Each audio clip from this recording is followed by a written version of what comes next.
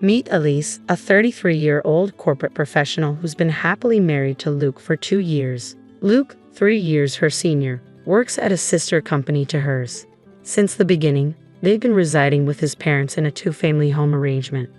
Luke, the younger of 2 brothers, has an elder sibling named Cody, who's 6 years his senior. Before Elise and Luke tied the knot, it seemed like Cody and his parents were the primary occupants of the household.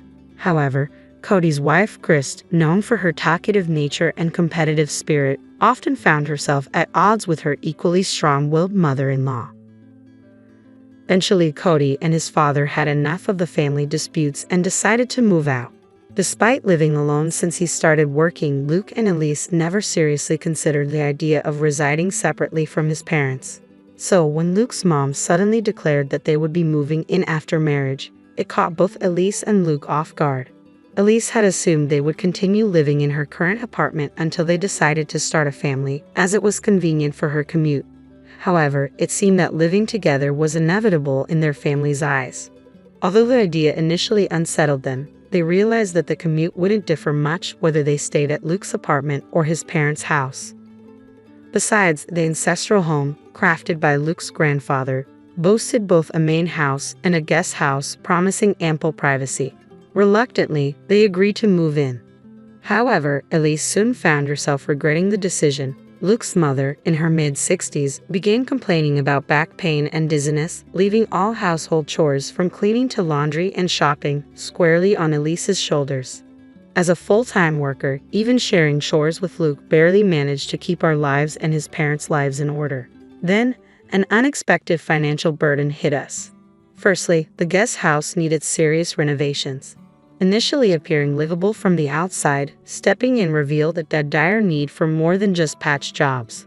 The bathroom, kitchen, roof, floors, everything showed significant wear and tear. Yet it was our space, and naturally, we committed to paying for the renovations. What caught us off guard was when my mother-in-law demanded the same renovations for the main house upon seeing the newly refurbished guest house. It seemed inconceivable to fix up our space and leave them in a rundown place. However, we couldn't afford to do everything all at once. Why is Elise working then? To support us, her in-laws? My mother-in-law questioned.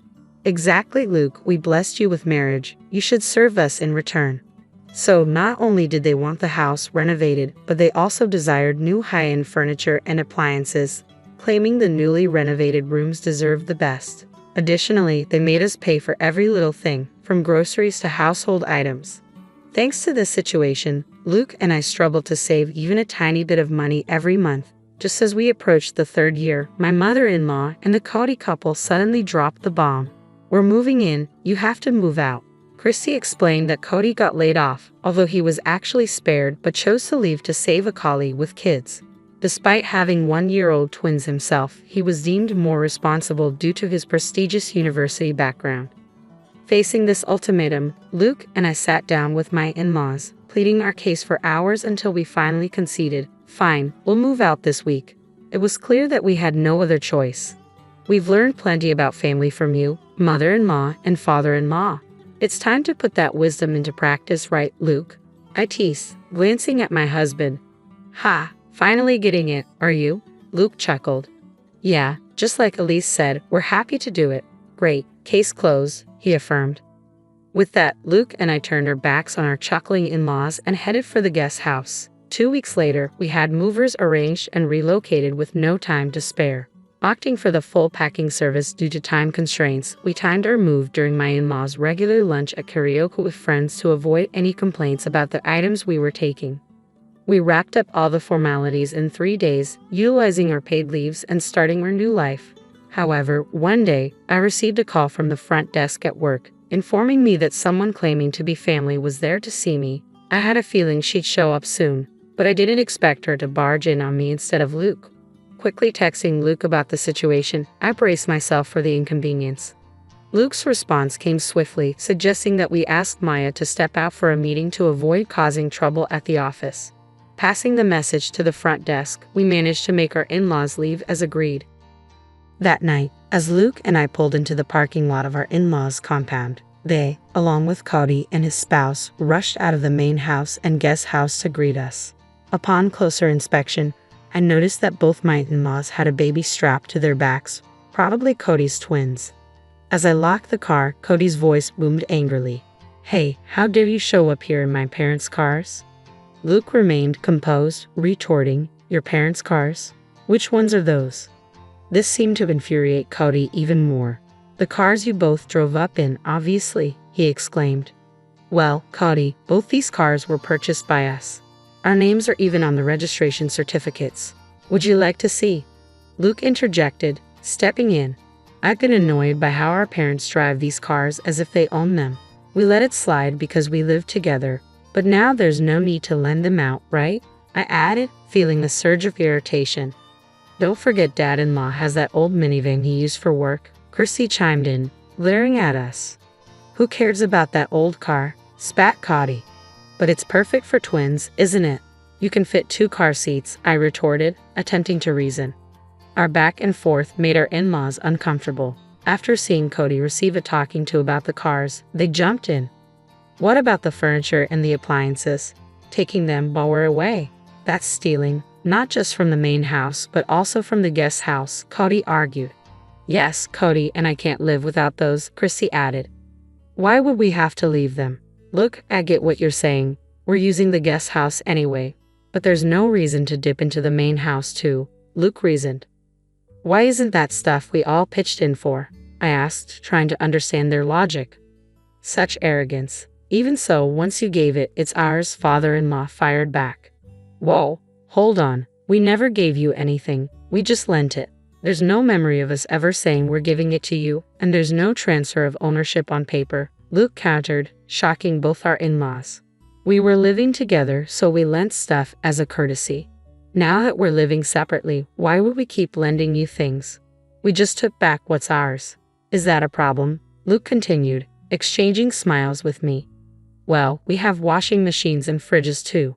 You don't need 2 of each, do you?" they argued. "Exactly, so why not lend it to us again? Wherever you've moved, stuffing everything into a small space will just make it even more cramped," Luke concluded. We exchanged grins, acknowledging our cramped living situation. "True, we're pretty packed right now," I admitted. "Absolutely, it's a tight fit," Luke agreed. Chrissy began, "In that case." But we cut her off. "Remember, it's a storage room, so it's supposed to be cramped," I chuckled. "Exactly. Until the official contract is done, this is how it has to be," Luke concluded. This left Cody and our in-laws utterly confused. Then Luke dropped a bombshell. "Oh, by the way, both of us are moving to Boston next month." Luke smoothly explained that we had both originally been offered positions at the corporate headquarters but had turned them down because we were living with my in-laws. However, now that the obstacle of living with them was removed, we had both accepted the transfers and happily received internal notifications for positions at the corporate headquarters. Even better, if all went well, we could be working there till retirement. As luck would have it, Luke's colleague, who was going overseas for an extended period, wanted to sell his high-rise condo. Everything fell into place quickly. "You guys are going to live in a high-rise condo in Boston? Man, life sure does throw some curveballs, doesn't it?" Cody remarked. "Totally. If Cody and the gang hadn't told us to move out so they could live here, we wouldn't have stumbled upon this jackpot," I replied. "But how could we even afford a high-rise condo?" "That seems unreal," Chrissy questioned. "That's thanks to Alisa's dad. He provided the down payment," Luke revealed. "Alisa's dad just gave you the down payment?" Cody asked, surprised. "Yes, my sister is inheriting the family property, so this is sort of a trade-off. Plus, a previous owner asked if we could hold on to his modern altar until, upon my return to the country, I proposed lowering the asking price, and he agreed, securing a significant discount. However, hearing about the extent of the discount, Christy, who was standing nearby, burst into tears, exclaiming, "That's so unfair. I'd rather have a high-rise condo in Boston than live in Atlanta." Suddenly, the in-laws, who had been quiet all this time, switched gears and started fawning. "Well, it looks like Luke really has it together, doesn't he? Like mother, like son. Luke is following in my footsteps," they chimed in. Ignoring their comments, Luke turned to me and said, "Living in a high-rise in Boston, everyone's going to be so jealous. When are you moving? We must visit. If we're going to Boston, you should come too," I suggested. The idea seemed to intrigue them. However, the mood shifted when Cody and Christy stopped their arguing and snapped at the in-laws. "What are you talking about? Cody's being downsized, so you're going to have to support us. Plus, until I find another job, Christy will have to go back to work early from her parental leave. You'll have to take care of her household chores and the twins," they confronted. As tension mounted, Cody and Christy marched up to the in-laws who were carrying the twins. The babies, sensing the tension, started crying, waking up the entire neighborhood. Noticing the neighbors gathering at a distance from the garage, the in-laws turned beet red. Luke finally intervened, addressing Cody and the others. "Stop just standing there. Exactly, these guys are trying to take advantage of us, your parents." Luke's laughter echoed as he continued, "So, this is like a battle of wits between a raccoon and a fox, huh?" Turning to the bewildered faces around him, he grinned and explained, "If both couples, us and you, don't work, our family finances will collapse next month." Fuming, Christy asked what this meant. I chimed in, "Christy, you thought if Cody lost his job and you moved into the in-laws' rental home, you could just push the utility bills and groceries onto them, right? Well, our income was running this house and you can't count on it anymore." "I've never heard about this, exactly what we're telling you now," I admitted, puzzled. "Oh, and you'll also need to help with the mortgage payments for the house renovation. It's in father-in-law's name," Luke added. "Why is it in his name?" I questioned, catching the in-laws off guard. Luke took over, explaining, "I wanted the loan in my name since I was paying for it, but Dad insisted it would be shameful. So we used this property as collateral. Until now, we've been transferring money into Dad's account to cover the loan. Cody, you'll need to chip in starting next month." Of course, the in-laws and Cody were against it, but Luke firmly declined to continue payments. "We're going to give up the inheritance. So Cody, as the one who will inherit, you better take good care of your parents and the family home," I firmly told him.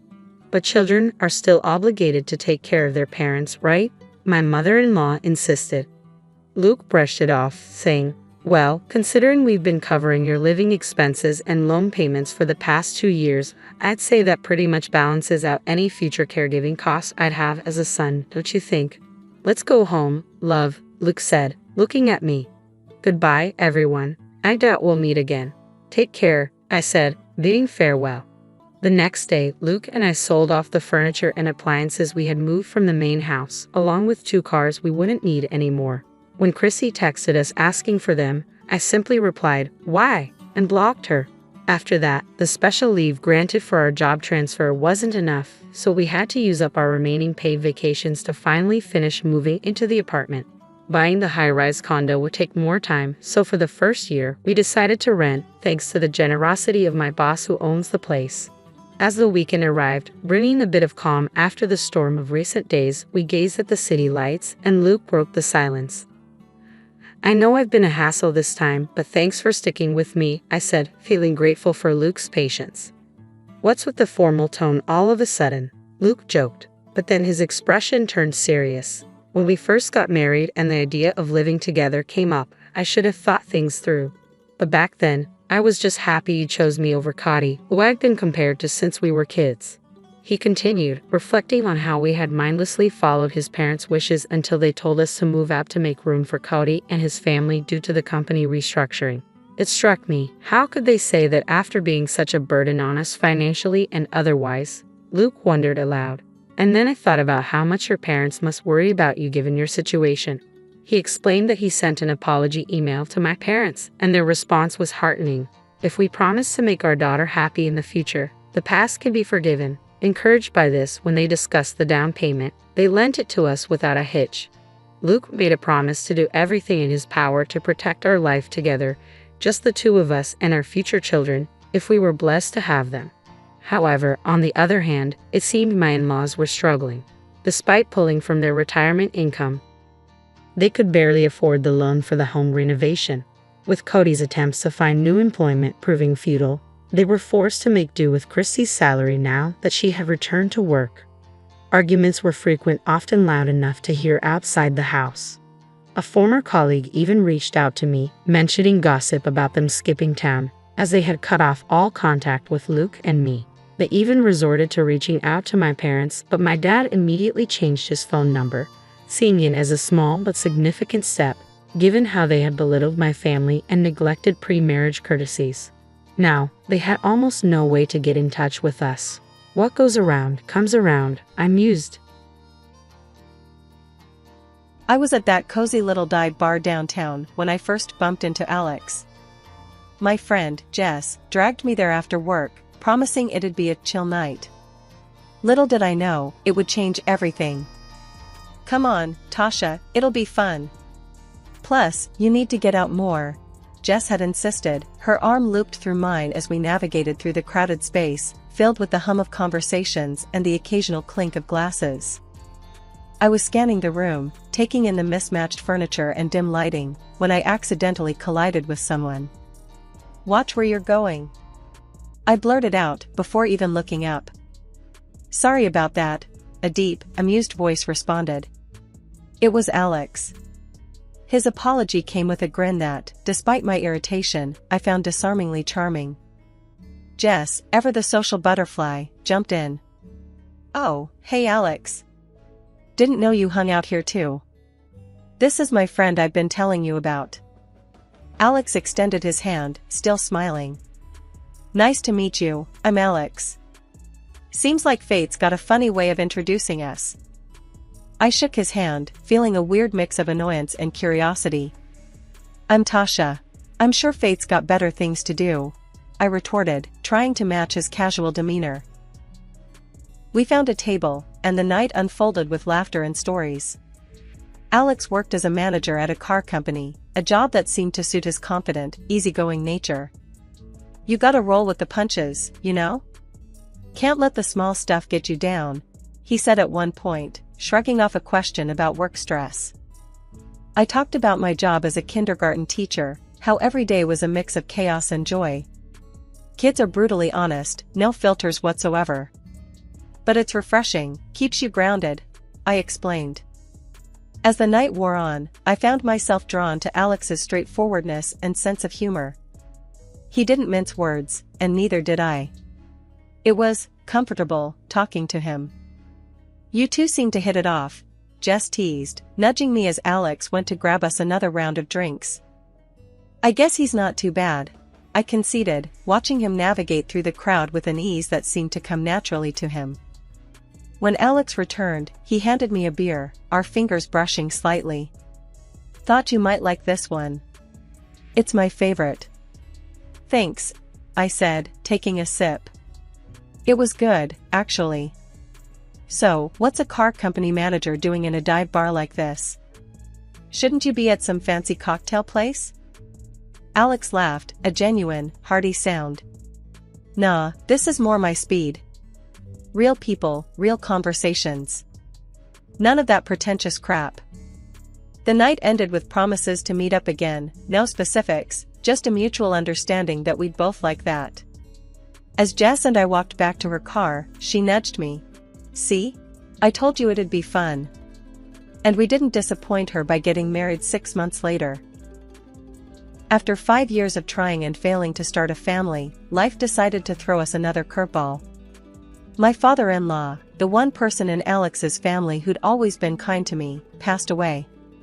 That left Eleanor, my mother-in-law, all alone in that big, creaky mansion of hers. Alex thought it'd be a good idea to move in with her. "It's the right thing to do," he'd said one night, trying to sound convincing. "She's all alone now, and we can save some money on rent." I wasn't buying it. "Live with Eleanor?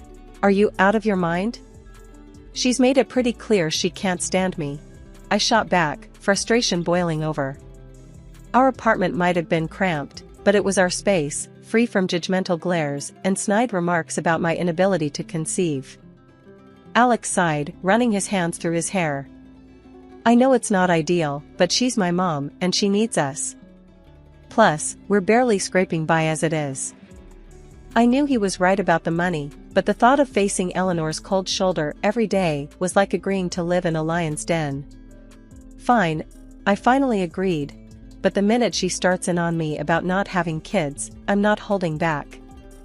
The day we moved in, Eleanor greeted us with a forced smile that didn't reach her eyes. "Welcome," she said, her voice as chilly as the drafty halls of the mansion. "I suppose we'll have to make do with each other." "Thanks, Mom. We really appreciate it," Alex replied, ever the diplomat. I just nodded, not trusting myself to speak. The first few weeks were tough. Eleanor made no secret of her displeasure at having me around. "You're doing it all wrong," she'd snipe as I tried to navigate my way around the kitchen or tidy up the living room. Her words were like barbs, each one a reminder that I was an outsider in her world. One evening, as I was attempting to make dinner, Eleanor came in, watching me like a hawk. "You're cutting the vegetables too big," she commented, her voice dripping with disdain. I clenched the knife a little tighter, my patience wearing thin. "Well, Eleanor, why don't you show me how it's done, then? Since you're the expert," I shot back, the words bitter on my tongue. She huffed, crossing her arms over her chest. "I shouldn't have to. A proper wife would know how to do these things." That was the last straw. "Look, I'm here because your son asked me to be, not because I enjoy your company. So, how about you back off and let me cook?" Eleanor looked taken aback, her mouth opening and closing like a fish out of water. For a moment, I thought she might actually apologize, but then she turned on her heel and left the kitchen, muttering something about ungrateful children. A few months into our living arrangement with Eleanor, Alex hit me with a bombshell over breakfast. "I've been thinking, maybe you should quit your job and stay home," he said, not meeting my eye. I almost choked on my coffee. "Quit my job? Why on earth would I do that?" He shuffled his feet, looking uncomfortable. "Well, with Mom's health and all, we need someone to take care of her. And the house. It's a lot, and hiring a nurse plus a housekeeper? That's gonna drain us dry." I was floored. "So, you want me to become what? A full-time maid and nurse?" The thought of leaving my job, the kids I taught, it felt like he was asking me to give up a part of myself. "It's not like that," Alex protested. "It's just temporary. Until we figure something else out." I spent days mulling over it, arguing back and forth. In the end, the financial logic won out, but it felt like defeat. "Fine, I'll do it. But this is temporary, right?" I said, the word temporary tasting bitter. Transitioning from a kindergarten teacher to a full-time housewife was rough. I missed the chaos of the classroom, the joy of seeing a child's eyes light up when they learned something new. Instead, I found myself knee-deep in laundry, dust, and the endless task of trying to please Eleanor. At first, Eleanor seemed to take a perverse pleasure in critiquing my every move. "You're not cleaning that right," she'd say, watching me struggle with the ancient vacuum cleaner that seemed to cough dust rather than collect it. Or during dinner, "This chicken is dry. Didn't your mother teach you how to cook?" I bit my tongue, reminding myself this was all temporary. But as the days turned into weeks, something shifted. Maybe it was the day Eleanor found me crying over a burnt casserole, or maybe she just got tired of eating poorly seasoned food, but she started to soften. "Here, let me show you how to make my meatloaf," she offered one day, her voice lacking its usual sharpness. Alex always loved it as a boy. Cooking with Eleanor was a revelation. Under her guidance, I started to actually enjoy it. We found common ground in the kitchen, of all places. I even began reading to her, newspapers at first, then novels. Our conversations grew, branching out from the mundane to the personal. I learned about Alex as a child, about my father-in-law, about the history of the family I'd married into. I thought Alex would be pleased to see his mother and me getting along. Instead, he seemed more distant. "That's great," he'd say, barely looking up from his phone when I told him about Eleanor's stories from his childhood, or the new recipe we'd mastered together. It was like he was there, but not really. "Don't you care that your mom and I are finally getting along?" I asked him one night, frustration boiling over. He looked up, surprised. "Of course, I do. It's just, work's been crazy. You know how it is. But I didn't, not really. Our worlds were drifting apart, him with his late nights, and me with my days filled with cleaning, cooking, and caring for Eleanor. His detachment stung, a reminder of the gap that had opened up between us, a gap that no amount of housework or caregiving seemed able to bridge. As time went on, I couldn't help but notice Alex's behavior changing. He started coming home later and later, always saying work was to blame. "It's just slammed at the office," he'd tell me, barely looking up from his dinner. It wasn't just the late nights, though. He began sleeping in the spare room, claiming he didn't want to disturb me with his restless nights. Then there was Sarah, Alex's sister, who seemed to enjoy poking fun at me whenever she visited. "Nice place you've got here. Fits you perfectly, old and kinda sad," she'd say with a snicker, glancing around the mansion with disdain. Every time she showed up, it was like she had a sixth sense for when we were struggling the most. "Mum, I need some money," she'd demand, not even a hello. And like clockwork, Eleanor would open her purse, no questions asked. Eleanor's health was on a steady decline, and one day, it hit a new low. She couldn't even get herself into the bath. She called for Sarah, who was over at the time, but all she got was a cold shoulder. "I'm not here to bathe you, Mother." "Figure it out," Sarah snapped, before storming out. Hearing the hurt in Eleanor's voice as she cried broke something in me. I found her in her room, tears streaming down her face. "I'll help you," I said softly, putting aside the years of tension between us. From that day on, our relationship took a turn I never expected. She started opening up, treating me more like a daughter than an unwanted guest. Amidst all this, Alex dropped another bombshell: he'd bought an apartment near his work. "It's easier with the late hours. Saves me the commute," he explained one evening, almost as an afterthought. Curious, I asked to see it. "Can I visit? Just to see where you're staying?" His reaction was swift and sharp. "It's just a basic place, nothing to see. Not a museum." The real kicker came from Eleanor, of all people. One quiet afternoon, she pulled me aside, her voice barely above a whisper. "He bought that apartment with my money. Put it in my name, too. Even the utility bills come out of my account." I was stunned. How had things gotten to this point? The man I gave up my career for was leading a double life funded by his mother. And here I was, caught in the middle of a family I was trying to fit into, now bound by secrets and lies. The mansion, once a symbol of decay and neglected history, began its transformation on a chilling morning that promised change. I had spent countless nights researching, planning, and dreaming. The thought of Sarah's mocking words spurred me on, igniting a fire within me to prove her wrong. I approached Eleanor with my proposal, armed with sketches and color swatches.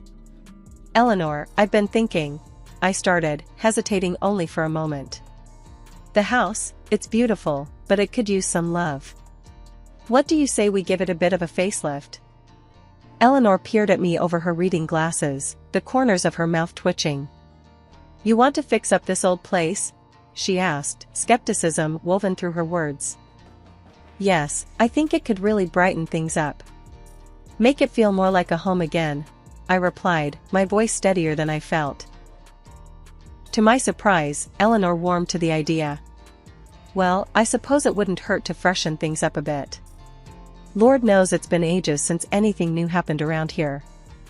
Encouraged by her agreement, I threw myself into the work. The days blurred into a symphony of paint splatters, wallpaper glue, and the screech of sandpaper against wood.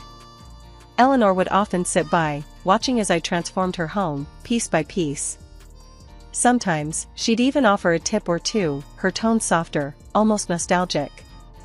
Back in my day, we would have chosen a more subdued color. But I must admit, this brightness brings a certain life to the room, Eleanor commented one afternoon as I stepped back to admire the newly painted living room walls. Eleanor couldn't hide her delight.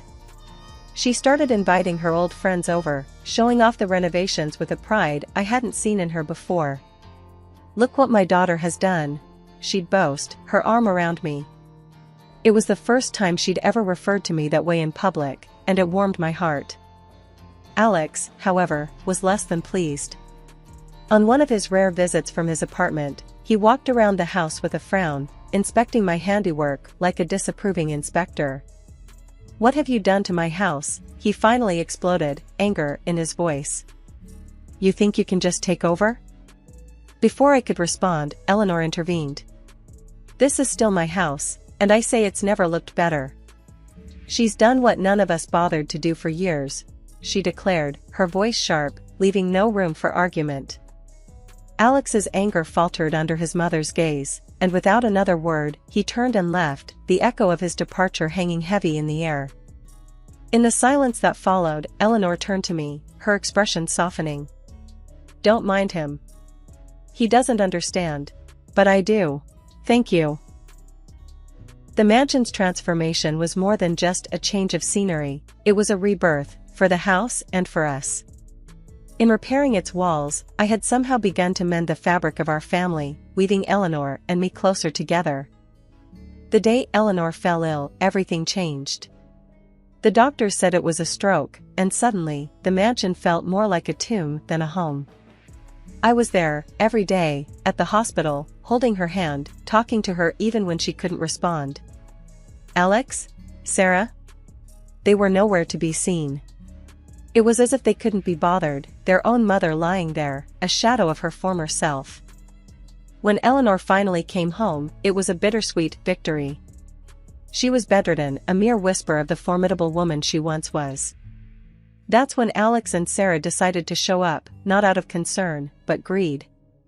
I overheard them one day, in the drawing room, voices low but greedy. "The house should go to me," Alex was saying.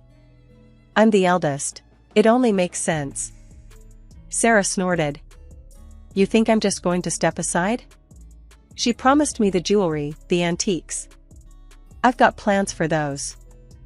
Their mother, their own flesh and blood, was lying helpless, not 10 feet away, and here they were, divvying up her possessions like vultures circling a carcass. Fury boiled inside me. I stormed into the room, unable to hold back. "How dare you? She's still here, still fighting, and this is how you honor her? By fighting over her things like she's already gone?" They turned to me, surprise and irritation flashing in their eyes. "This is family business," Alex snapped. "Stay out of it." Sarah just sneered. "What would you know about it? You're just the help." But I wasn't just the help.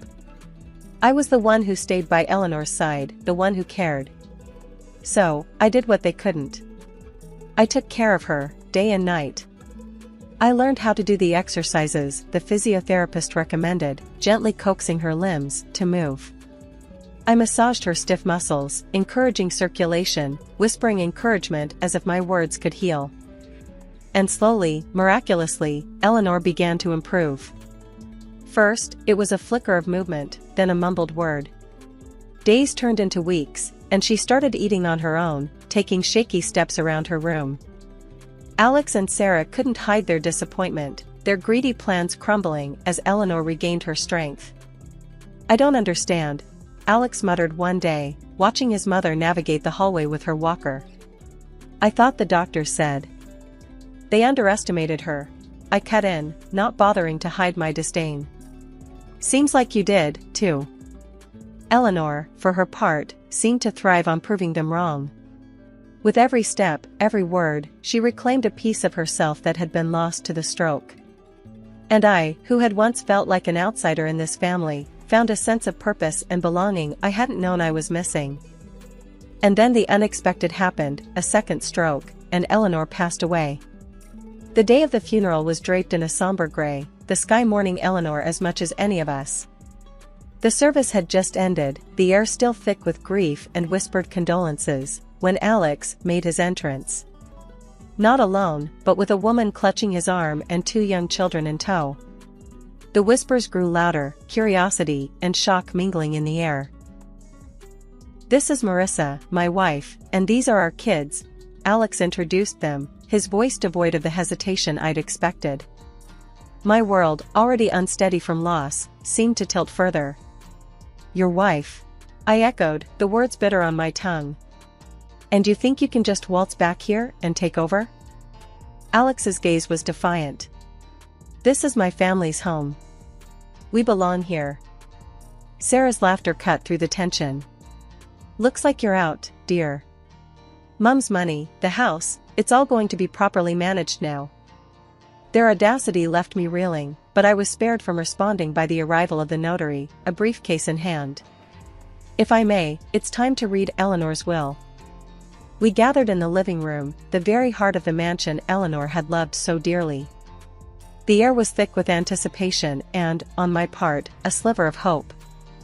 Alex and Sarah were smirking, confident in their victory, until the notary's words shattered their expectations. To my daughter-in-law, who has shown me more kindness and love than I could have ever expected, I leave my entire estate, including the mansion and all financial assets. The room went silent. Alex's face turned a shade of red I hadn't seen before, while Sarah's mouth hung open in disbelief. This can't be right, Alex exploded. She's manipulated everything. Sarah chimed in, her voice shrill. You're nothing but a con artist. The notary, unfazed, pressed a button on a small device he'd pulled from his briefcase. Eleanor's voice filled the room, her image appearing on a screen. I've made my decision with a clear mind, she said, looking directly into the camera. My son and daughter have been absent, concerned more with what they could inherit than with me. But she has been by my side, caring, loving. She is my family. The video left Alex and Sarah speechless, their accusations dying on their lips. The revelation of Eleanor's true feelings, her acknowledgement of my loyalty and care, was a vindication I hadn't known I needed. Alex, defeated and angry, stormed out, Marissa and the children trailing behind him. Sarah, her dreams of wealth evaporated, slinked away without another word. The mansion, once a battleground of wills and familial duty, was now truly mine. But it felt hollow without Eleanor. I wandered its halls, her words echoing in my heart. She is my family. Starting fresh, right after the will reading that flipped my world upside down, I didn't waste any time. I filed for divorce from Alex faster than you'd believe.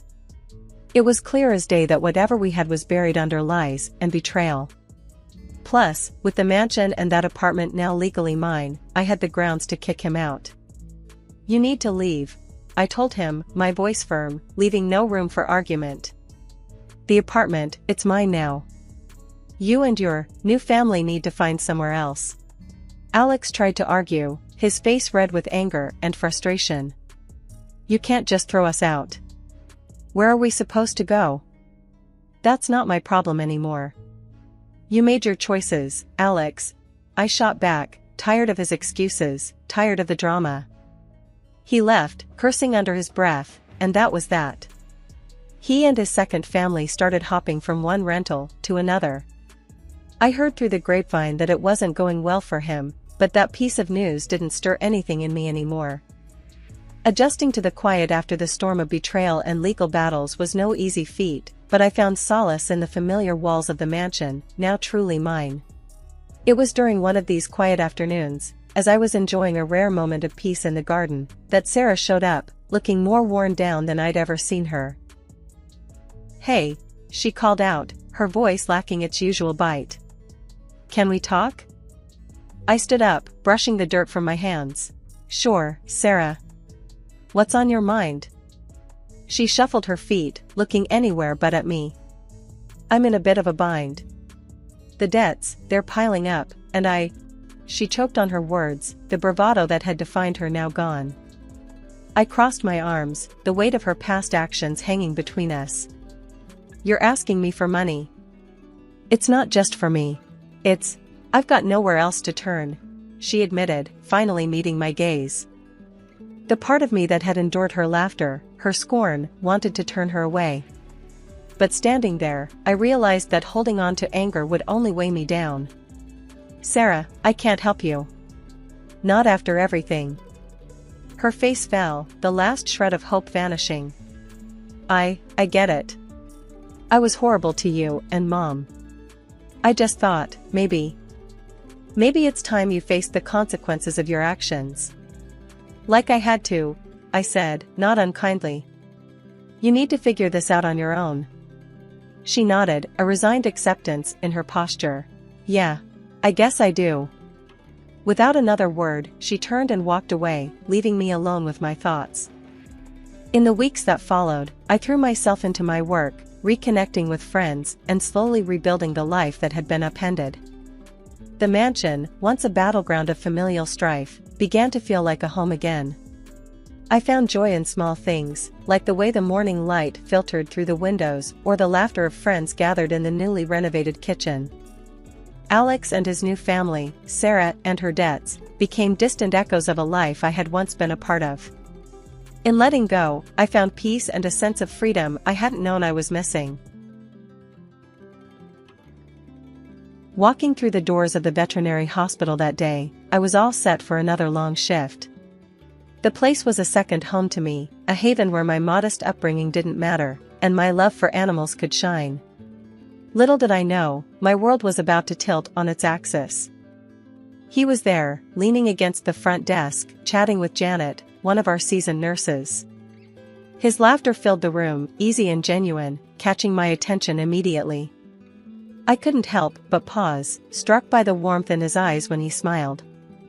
"Can I help you?" I asked, approaching them with a mix of curiosity and professional courtesy.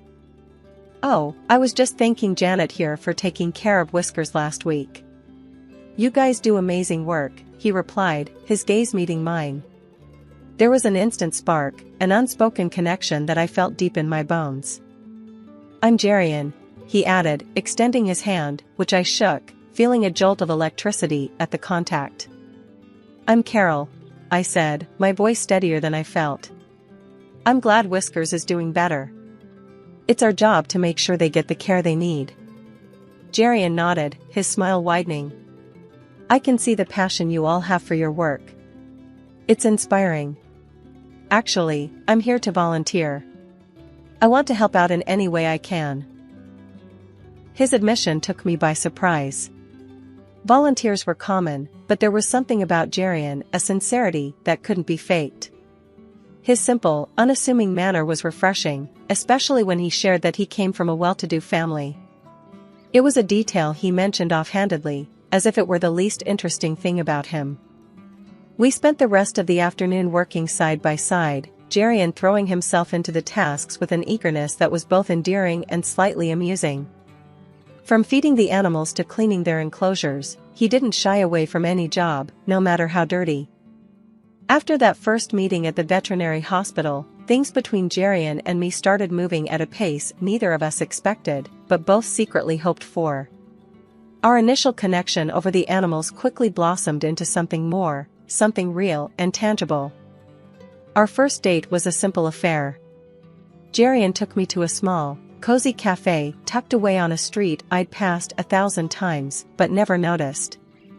The place was a reflection of us, unpretentious and genuine. Over cups of coffee that turned cold because we were too engrossed in conversation, we discovered the myriad ways our lives intersected, from our mutual love for old movies to our uncanny ability to quote lines from obscure books. "We're quite the pair, aren't we?"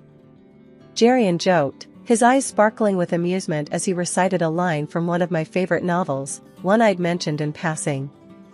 I laughed, surprised and delighted by his memory and effort. "Yeah, a regular Bonnie and Clyde," I quipped back, not missing a beat. But instead of crime, we were united by our shared passions and the laughter that came so easily between us. Date after date, our connection deepened. We found joy in the simple things, a walk in the park, a visit to a local animal shelter, or just sitting together in silence, comfortable in each other's presence. It was during these moments that I saw the true Jerian, the man behind the wealth and the expectations that came with it. He was kind, compassionate, and genuinely interested in making a difference, qualities that resonated with my own values and aspirations. As those early dates turned into weeks, and weeks into months, I couldn't help but feel grateful for that chance encounter at the veterinary hospital. Meeting Jerian's parents was a milestone I approached with a mix of excitement and trepidation.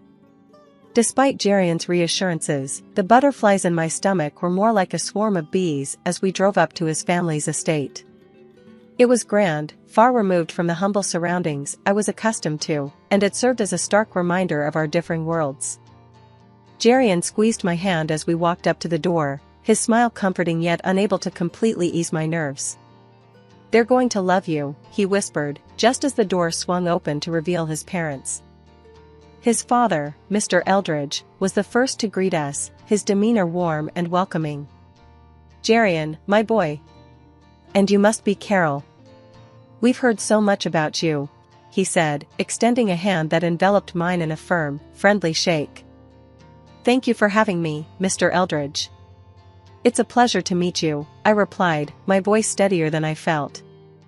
Then came Martha, Mrs. Eldridge, the woman who would soon become my infamous mother-in-law. Her appearance was impeccable, but her eyes scrutinized me in a way that made me feel like I was back in high school, desperately trying to fit in with the cool crowd. "So, Carol, Jerian tells us you work at a veterinary clinic. That must be interesting," she began, her tone implying that interesting was a euphemism for less than impressive. "Yes, Mrs. Eldridge. It's very fulfilling work. I've always loved animals," I answered, trying to keep my voice even despite the clear judgment in hers. "And your family?"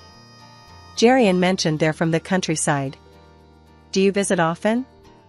"I imagine it's quite different from the city life," she continued, each question laced with an underlying critique of my background. "My parents are wonderful people. We're very close, and yes, it's a different pace of life, but it's where I call home," I said, my pride in my roots firm, despite her not-so-subtle digs. Dinner was an exercise in maintaining composure. Mrs. Eldridge's comments ranged from backhanded compliments about my quaint upbringing to outright interrogations about whether I had ever traveled abroad or dined in fine restaurants. Each question felt like a test I hadn't studied for, her words designed to highlight our differences rather than find common ground. Jerian, bless him, tried to steer the conversation to safer waters, interjecting with stories of our time together that had everyone laughing, everyone except his mother, who seemed determined to find fault in anything related to me. It was when she asked, "Carol, dear, have you decided on a wedding dress yet? Or are you planning to make do with something homemade?" that I realized this wasn't just about getting to know me. It was about her asserting a perceived superiority, her way of reminding me that I didn't belong. I smiled, a genuine one born of the confidence Jerian's love gave me. "Mrs. Eldridge, I believe a wedding dress should reflect the love and commitment of the couple, not the price tag. Jerian and I are focused on what comes after the wedding, building a life together based on respect, love, and understanding." The silence that followed was palpable. Even Mrs. Eldridge seemed momentarily at a loss, her fork paused mid-air. Mr. Eldridge, however, nodded in approval, a twinkle in his eye as he looked at me. "Well said, Carol. Well said indeed." The ride home was quiet, but Jerian broke the silence with an apology that was heartfelt yet unnecessary. "I'm sorry about my mom. She can be difficult." I squeezed his hand, a silent acknowledgement of his support. "It's okay, Jerian. Your love is all the validation I need. Together, we'll get through anything." As the wedding preparations unfolded, Martha made it her mission to underline our differences at every turn. Her intrusion wasn't just unwelcome, it was downright aggressive. She had a comment for everything, from the color scheme of the hall to the floral arrangements, and even the style of our invitation cards. One evening, as Jerian and I were finalizing the guest list, Mrs. Eldridge dropped by unannounced, her eyes scanning our choices with evident disapproval. "You're not seriously considering this shade of green for the decor, are you? It's so provincial," she remarked, her nose wrinkled as if she'd smelled something foul. I tried to keep my cool, but her next comment about our guest list set me off. "And these friends of yours, they're hardly the sort one expects at a wedding of our stature. It might be best to leave them off the list, don't you think?"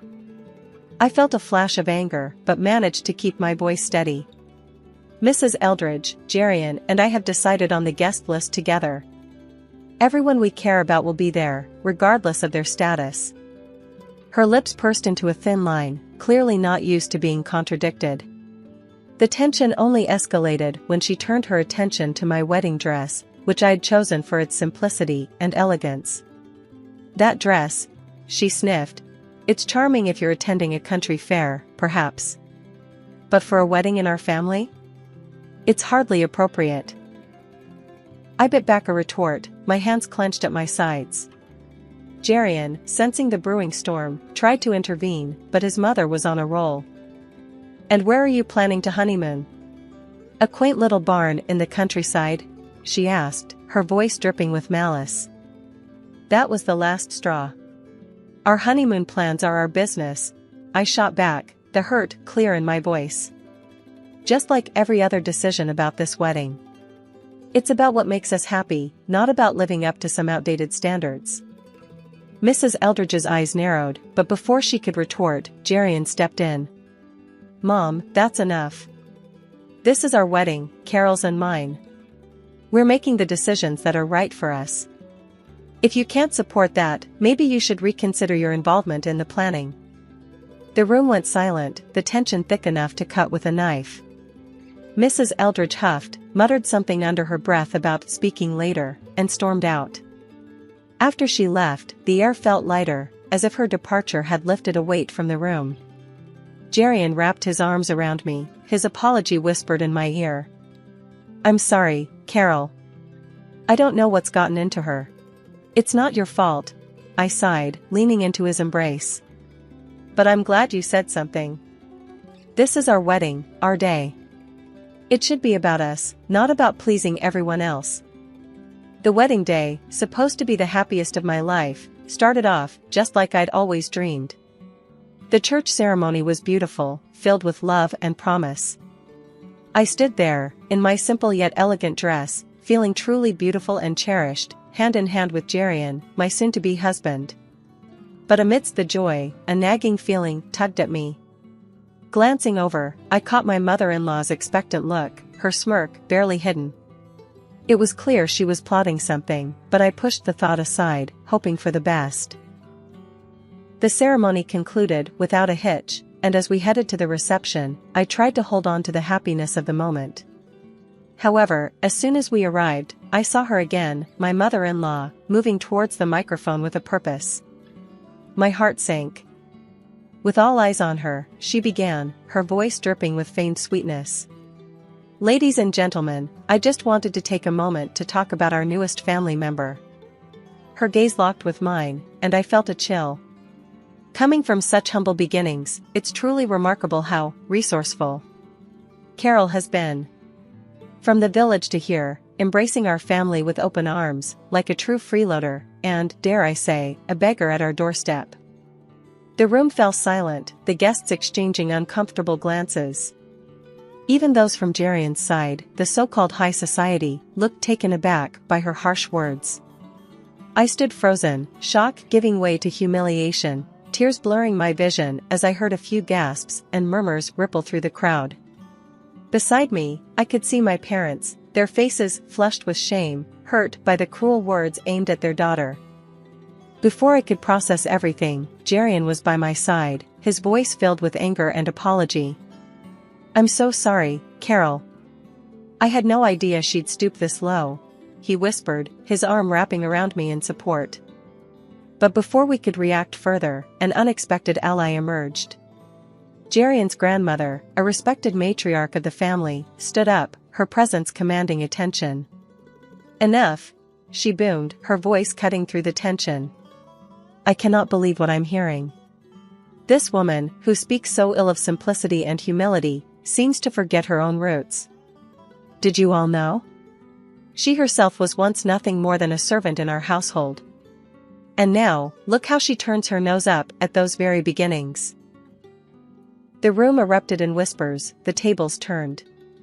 My mother-in-law's face went from smug satisfaction to utter horror, her cheeks burning red as the grandmother continued to dismantle her facade of superiority. "This girl, Carol, has shown more grace and dignity than you ever have," the grandmother said, her gaze softening as she looked at me. She is welcome in our family, not for her background, but for her heart." The reception that followed was a blur. My mother-in-law, now the subject of whispered conversations, left early, her exit barely noticed in the renewed celebration. Jerian was by my side throughout, his apologies unnecessary as his love and support spoke volumes. The room was still buzzing from the grandmother's unexpected defense of me. Guests whispered among themselves, casting sidelong glances at the now absent mother-in-law. Jerian squeezed my hand under the table, a silent promise of solidarity. "Can you believe what just happened?" Jerian asked, his voice a mix of astonishment and relief. I shook my head, still processing the whirlwind of emotions. "No, Jerian, your grandmother, she was incredible. I didn't think anyone would stand up to your mother like that, let alone in such a public way." Jerian smiled, a look of pride crossing his face. "Grandma has always been the matriarch of our family. She doesn't tolerate injustice or cruelty. I guess I forgot how formidable she can be." We were interrupted by the approach of the very woman of the hour, Jerian's grandmother. Her presence commanded respect, yet there was a warmth in her eyes as she looked at us. "Carol, dear, I hope you're feeling better after that unpleasantness," she said, her voice firm but kind. "Thank you, Mrs. Eldridge. Your words meant the world to me. I was feeling pretty low, but you've turned the whole evening around," I replied, gratitude swelling in my heart. She waved a hand dismissively. "Nonsense, my dear. It was long overdue. That woman needed to be reminded of her place and to learn respect. You are a part of this family now, and we protect our own." Jerian's father joined us, a sheepish look on his face. "Carol, I'm sorry for my wife's behavior. I hope you can forgive us for any hurt she's caused." I nodded, understanding the difficult position he was in. "Thank you, Mr. Eldridge. Today has been a whirlwind, but your family's support has made all the difference." As the evening continued, the atmosphere in the room lightened. Guests came up to us, offering their congratulations and, in some cases, apologies for the earlier drama. It was clear that the tide had turned, not just in terms of the evening's events, but in how I was viewed by Jerian's family and their social circle. Later, as Jerian and I took to the dance floor, I couldn't help but feel a sense of victory, not over his mother, but over the situation. We had faced adversity head-on and come out stronger on the other side. "Jerian," I said, as we swayed to the music, "today has been a lot. But I've never been more sure about us. Your family's support, especially your grandmother's, has shown me that we can handle anything together." The atmosphere at Jerian's family home was charged as we gathered for the meeting his grandmother had called. After the wedding's tumultuous events, I was anxious about facing everyone again, especially Jerian's mother. However, Jerian squeezed my hand reassuringly as we took our seats in the large living room, filled with generations of Eldridges and a palpable tension. Jerian's grandmother, the undeniable matriarch, stood at the head of the room, her presence commanding attention. "Thank you all for coming," she began, her voice steady and authoritative. "We're here to address a matter that concerns the dignity and unity of our family." Jerian's mother sat rigid, her eyes darting around the room, perhaps seeking an ally or preparing for a counterattack. Jerian, ever the peacemaker, spoke up first. "Grandma, I know things got out of hand at the wedding. I want to apologize on behalf of—" His grandmother raised a hand, silencing him. "Jerian, my boy, this isn't about placing blame on anyone. It's about setting things right." She then turned her gaze to me. "Carol, you've shown nothing but grace and patience in the face of less than welcoming behavior. For that, you have my respect." I nodded, touched by her words. "Thank you, Mrs. Eldridge. I just want what's best for Jerian and to be a part of this family." The room was silent, all eyes on us, when suddenly Jerian's mother stood, her chair scraping loudly against the floor. "I've listened enough. This girl," she gestured wildly towards me, "has turned everyone against me. And you," she pointed accusingly at her mother-in-law, "you humiliate me in front of the whole family, Jerian's grandmother remained unfazed. I stated the truth. You forgot where you came from, and you tried to belittle Carol for her origins. That's not the Eldridge way. Jerian's father finally spoke, his voice firm. Enough, Martha. Your behavior has been unacceptable. It's time you reflect on your actions and their impact on our family's reputation. The room went quiet again as the weight of his words settled in. Jerian's mother sank back into her chair, her defiance fading. The grandmother continued, We are a family. And families support and lift each other up, not tear each other down. Carol, you are welcome here, always. As the family meeting began to wind down, with the air still heavy from the discussions and revelations, Jerian's grandmother, the respected matriarch, had one more issue to address. She cleared her throat, signaling that she wasn't quite finished, drawing the room's attention once again. Now, there's another matter I need to bring to light, she started, her tone serious, hinting at the gravity of what was to come. From her purse, she pulled out a long list, the paper rustling loudly in the quiet room. It's come to my attention that Martha's spending has been, to put it mildly, extravagant and irresponsible over the past month. The room fell silent, every pair of eyes fixed on the list that seemed to unravel like a scroll. Jerian's mother shifted uncomfortably in her seat, her earlier defiance melting into panic. These expenses, the grandmother continued, are not only frivolous but are bleeding our family resources dry. This cannot go on. Martha, now pale, looked around, perhaps hoping for an ally, but finding none, she turned to her husband, desperation in her voice. You can't let her do this to me. You know we need the money for. Her husband, a man who had been quiet for most of the meeting, spoke up, his voice firm and devoid of any warmth he might have previously held for her. I agree with my mother. It's time you learned the value of hard work, Martha. I won't support your lavish lifestyle anymore. Martha's eyes widened, her mouth opening and closing, but no words came out. The realization that she was truly alone in this, that her actions had consequences, seemed to finally dawn on her.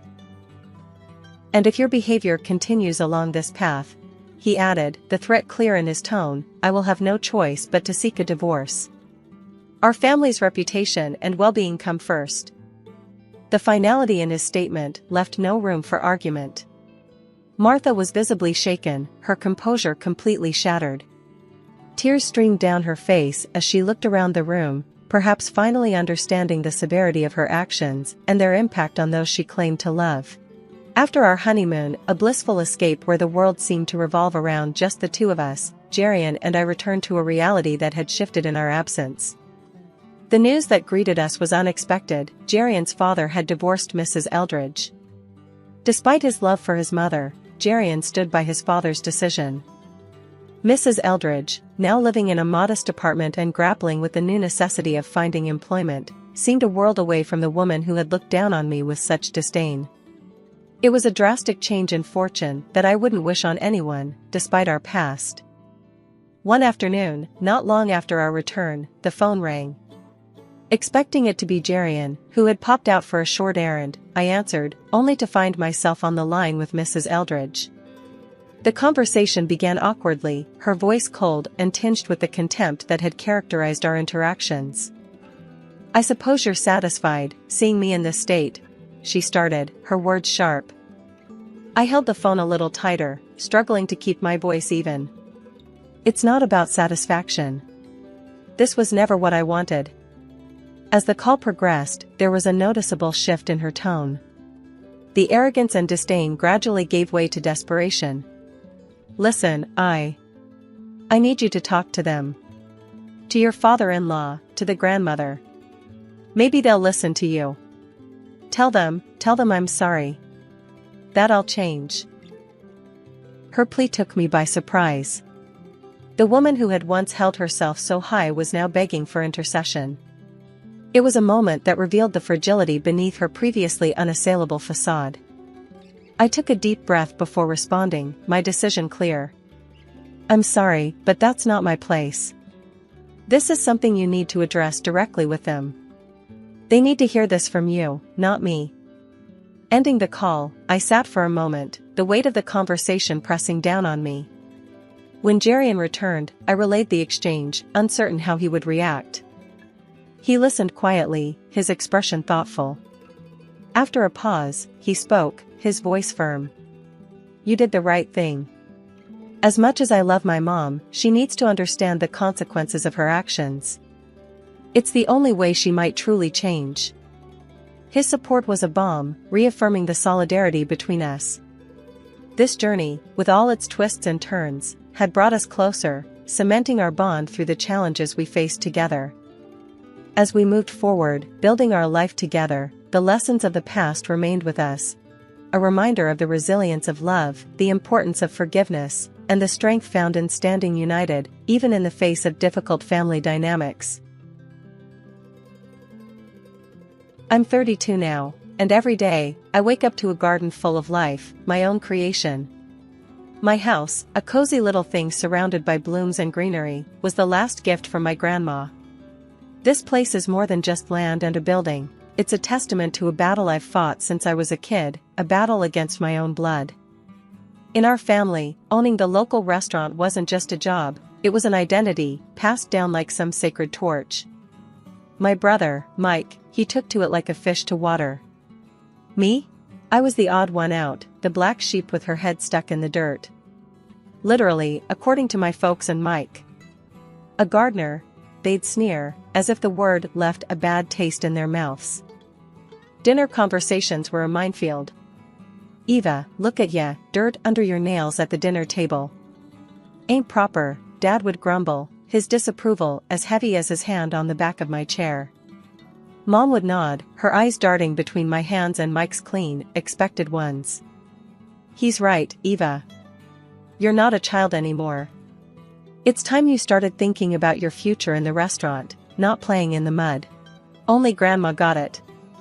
She was my harbor in the storm, the one person who saw the dirt under my nails not as a sign of disobedience, but as a badge of honor.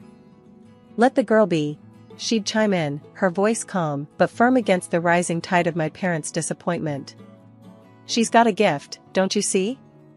All this," she'd wave a hand over the garden. "It's not just dirt. It's life, it's passion." Grandma was the one who introduced me to the wonders of gardening. She'd talk about plants like they were old friends, each with their own quirks and needs. We'd spend hours in her garden, a place where I felt free, understood. She even took me to flower exhibitions, where I saw the possibilities of what could be created with just soil, seeds, and love. "Look at this, Eva," she'd say, pointing at a particularly stunning display. "You could do this even better. You've got the eye for it, the heart." But back home, encouragement from Grandma was like a whisper drowned out by a shout.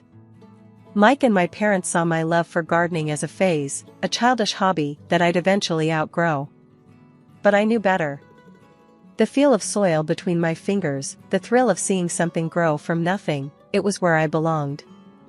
One day, as I was planting some new shrubs I'd picked out, Mike came out, leaning against the doorframe with that look of his. "You really gonna do this forever? Play in the dirt like a kid? When you gonna get serious, Eva?" I remember looking up at him, dirt smudged on my face, defiant.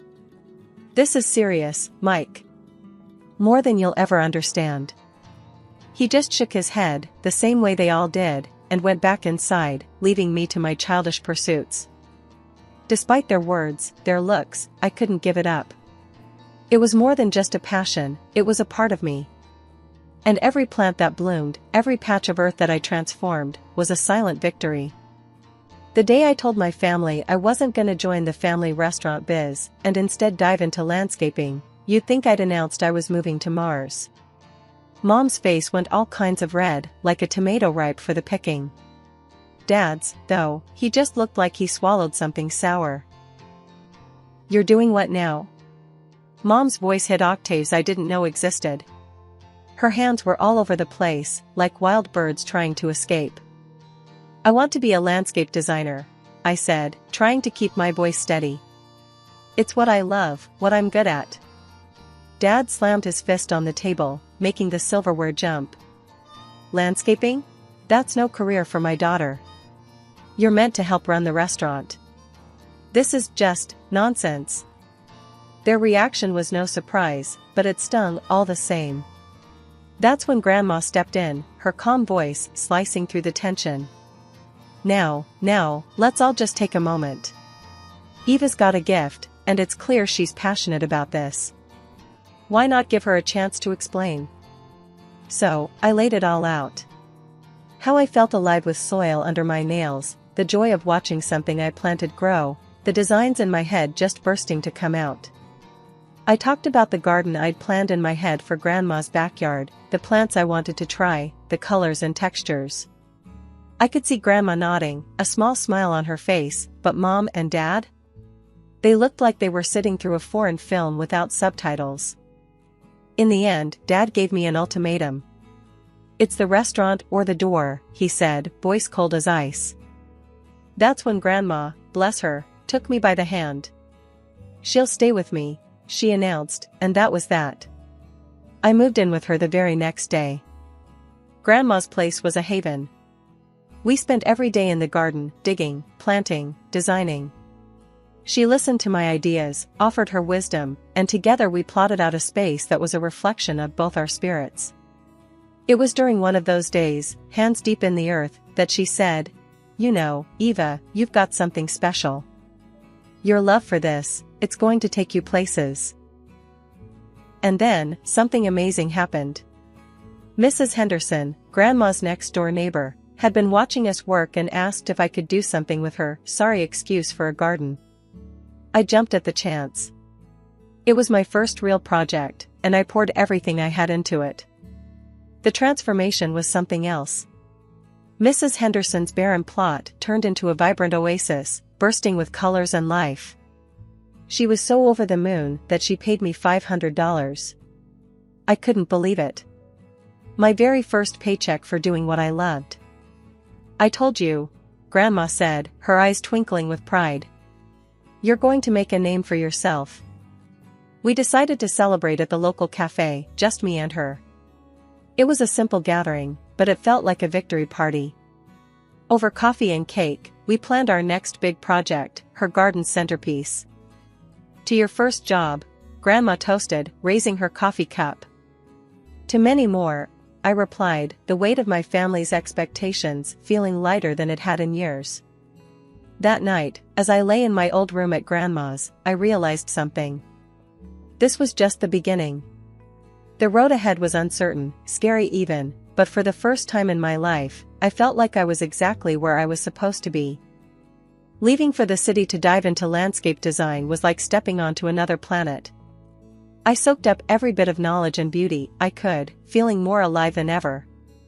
Through it all, Grandma was my anchor. We'd talk for hours, whether I was back home for the holidays or just catching up over the phone. She never tired of hearing about my studies, my projects, or the new plants I was obsessing over. But as for Mom, Dad, and Mike? Radio silence. It was as if I'd vanished from their lives the moment I chose my path.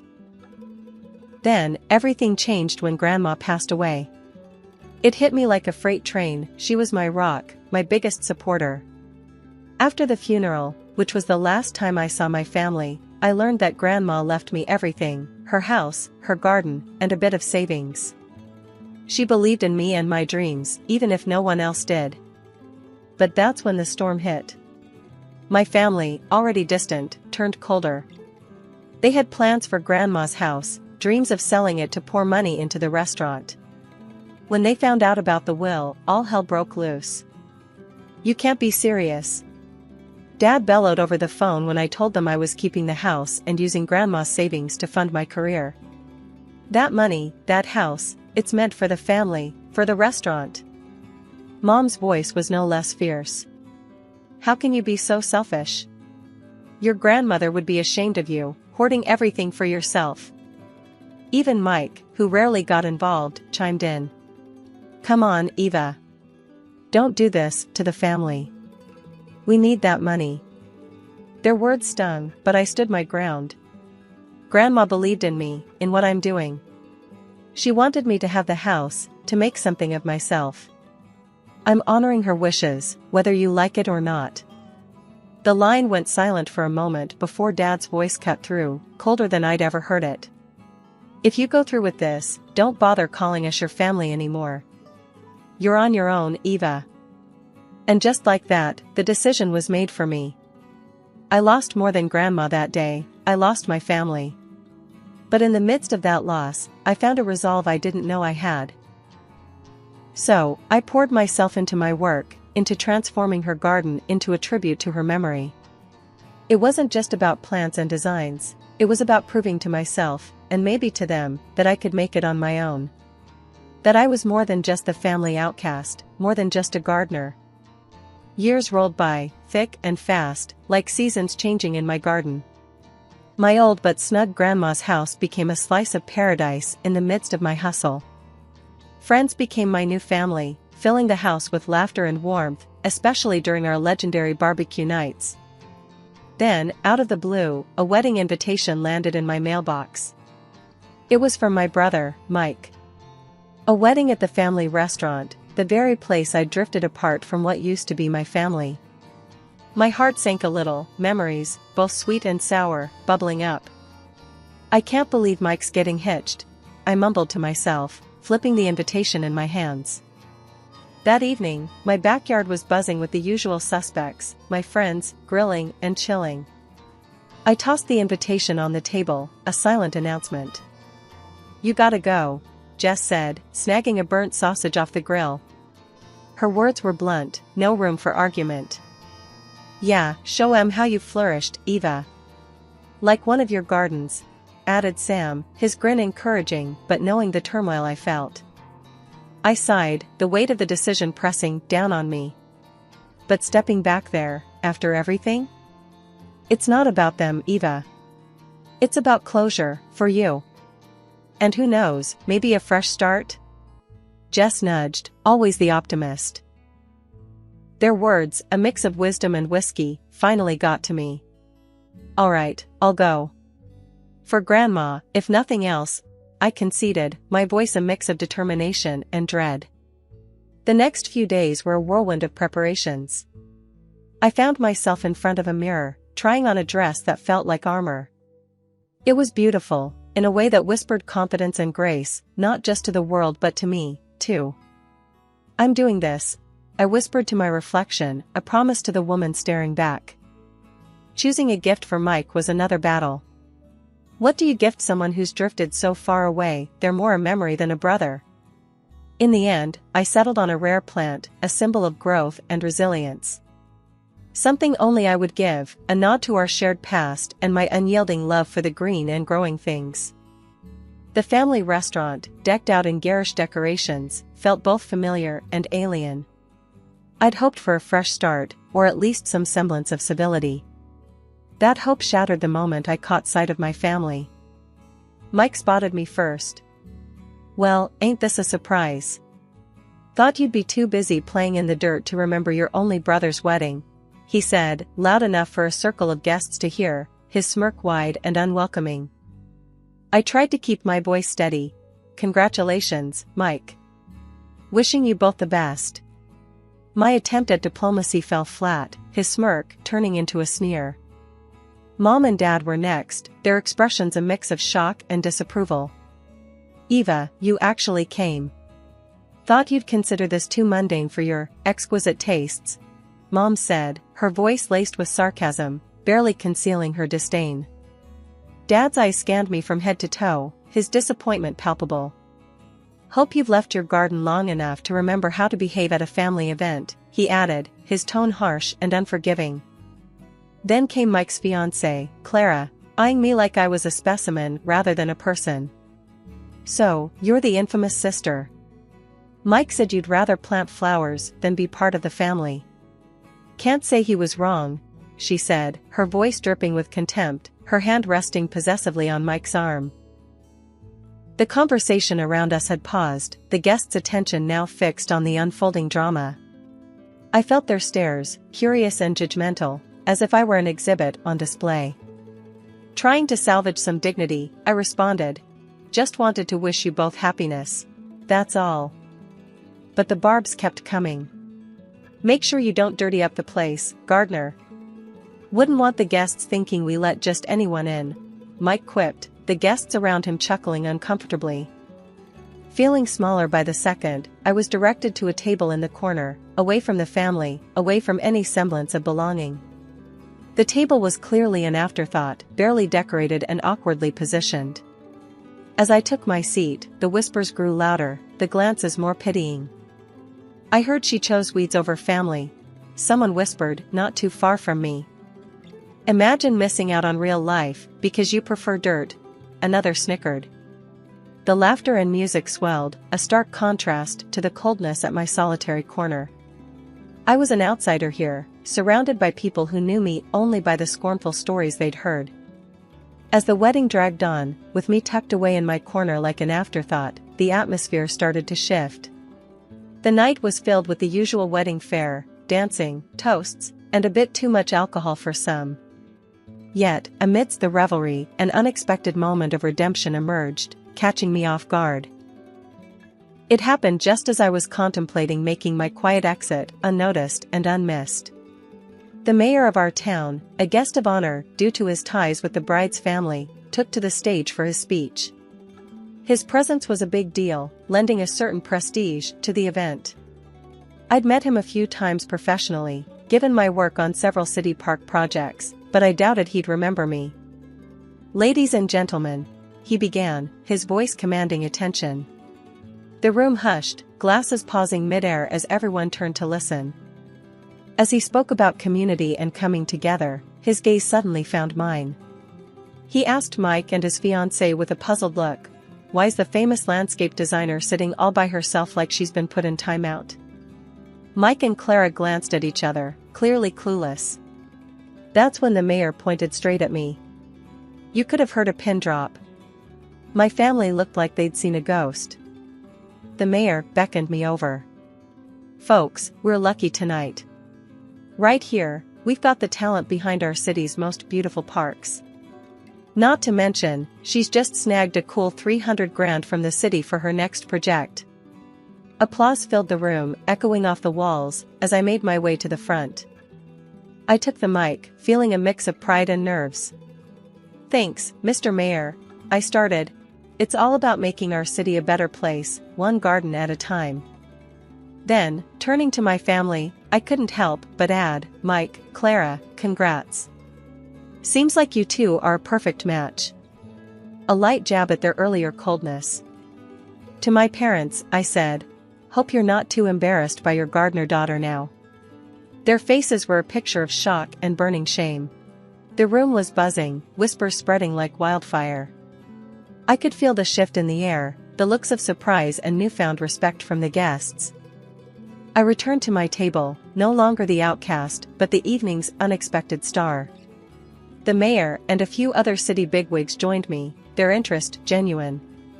The night took on a new flavor, conversation swirling around future projects and the sudden spotlight on me. For the first time in a long time, I didn't feel like just the odd one out in my family. I was Eva, the landscape designer who'd carved her own path, one that even the mayor admired. And as for my family, well, let's just say the evening gave them a lot to think about. The evening of my brother's wedding unfolded into something far beyond the awkward family reunion I'd anticipated. Surrounded by the city's elite, I found myself in deep conversation with the mayor, among others, about the potential for new, ambitious landscaping projects throughout the city. His enthusiasm was infectious, and for a moment, I allowed myself to dream bigger than I ever had before. "And Eva, your vision for the new park downtown, it's exactly what we need to breathe life back into that area," the mayor said, his eyes alight with excitement. "Your ability to see the beauty in the neglected spaces is remarkable." "Thank you, Mr. Mayor. I believe every corner of our city has potential.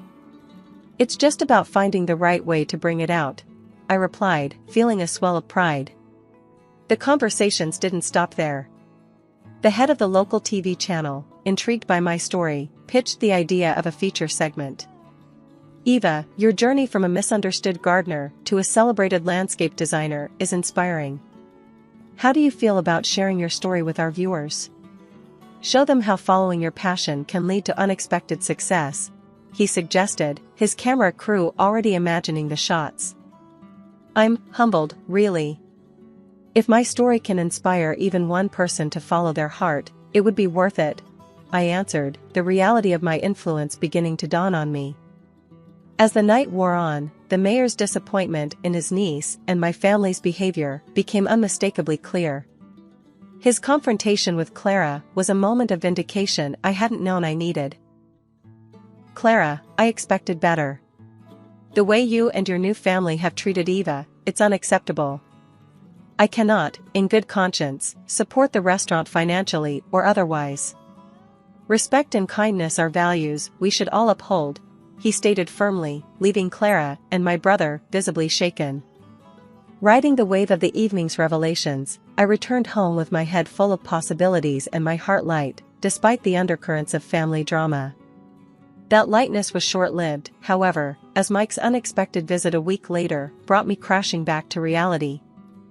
Eva, we're struggling. The restaurant, we're in deep. I wouldn't ask if it wasn't serious. Can you help us out? Mike's request was desperate, his pride swallowed by necessity. Mike, coming here, asking for money now? After everything? You really don't get it, do you? I built my life, my career, on my own, despite how you all treated me. No, I won't bail you out, I said, my voice steady, my resolve unwavering. His departure was followed by a call from our parents, their tones sugary, their intentions transparent. Eva, sweetheart, we've been thinking about you. How successful you've become. We're so proud. Maybe you could share a bit of that success? Help the family business? They cooed, their words dripping with insincerity. You think you can ignore me, belittle my passion, and then when I make something of myself, you call to ask for money? I'm doing well, thanks for finally noticing. But I won't be your safety net.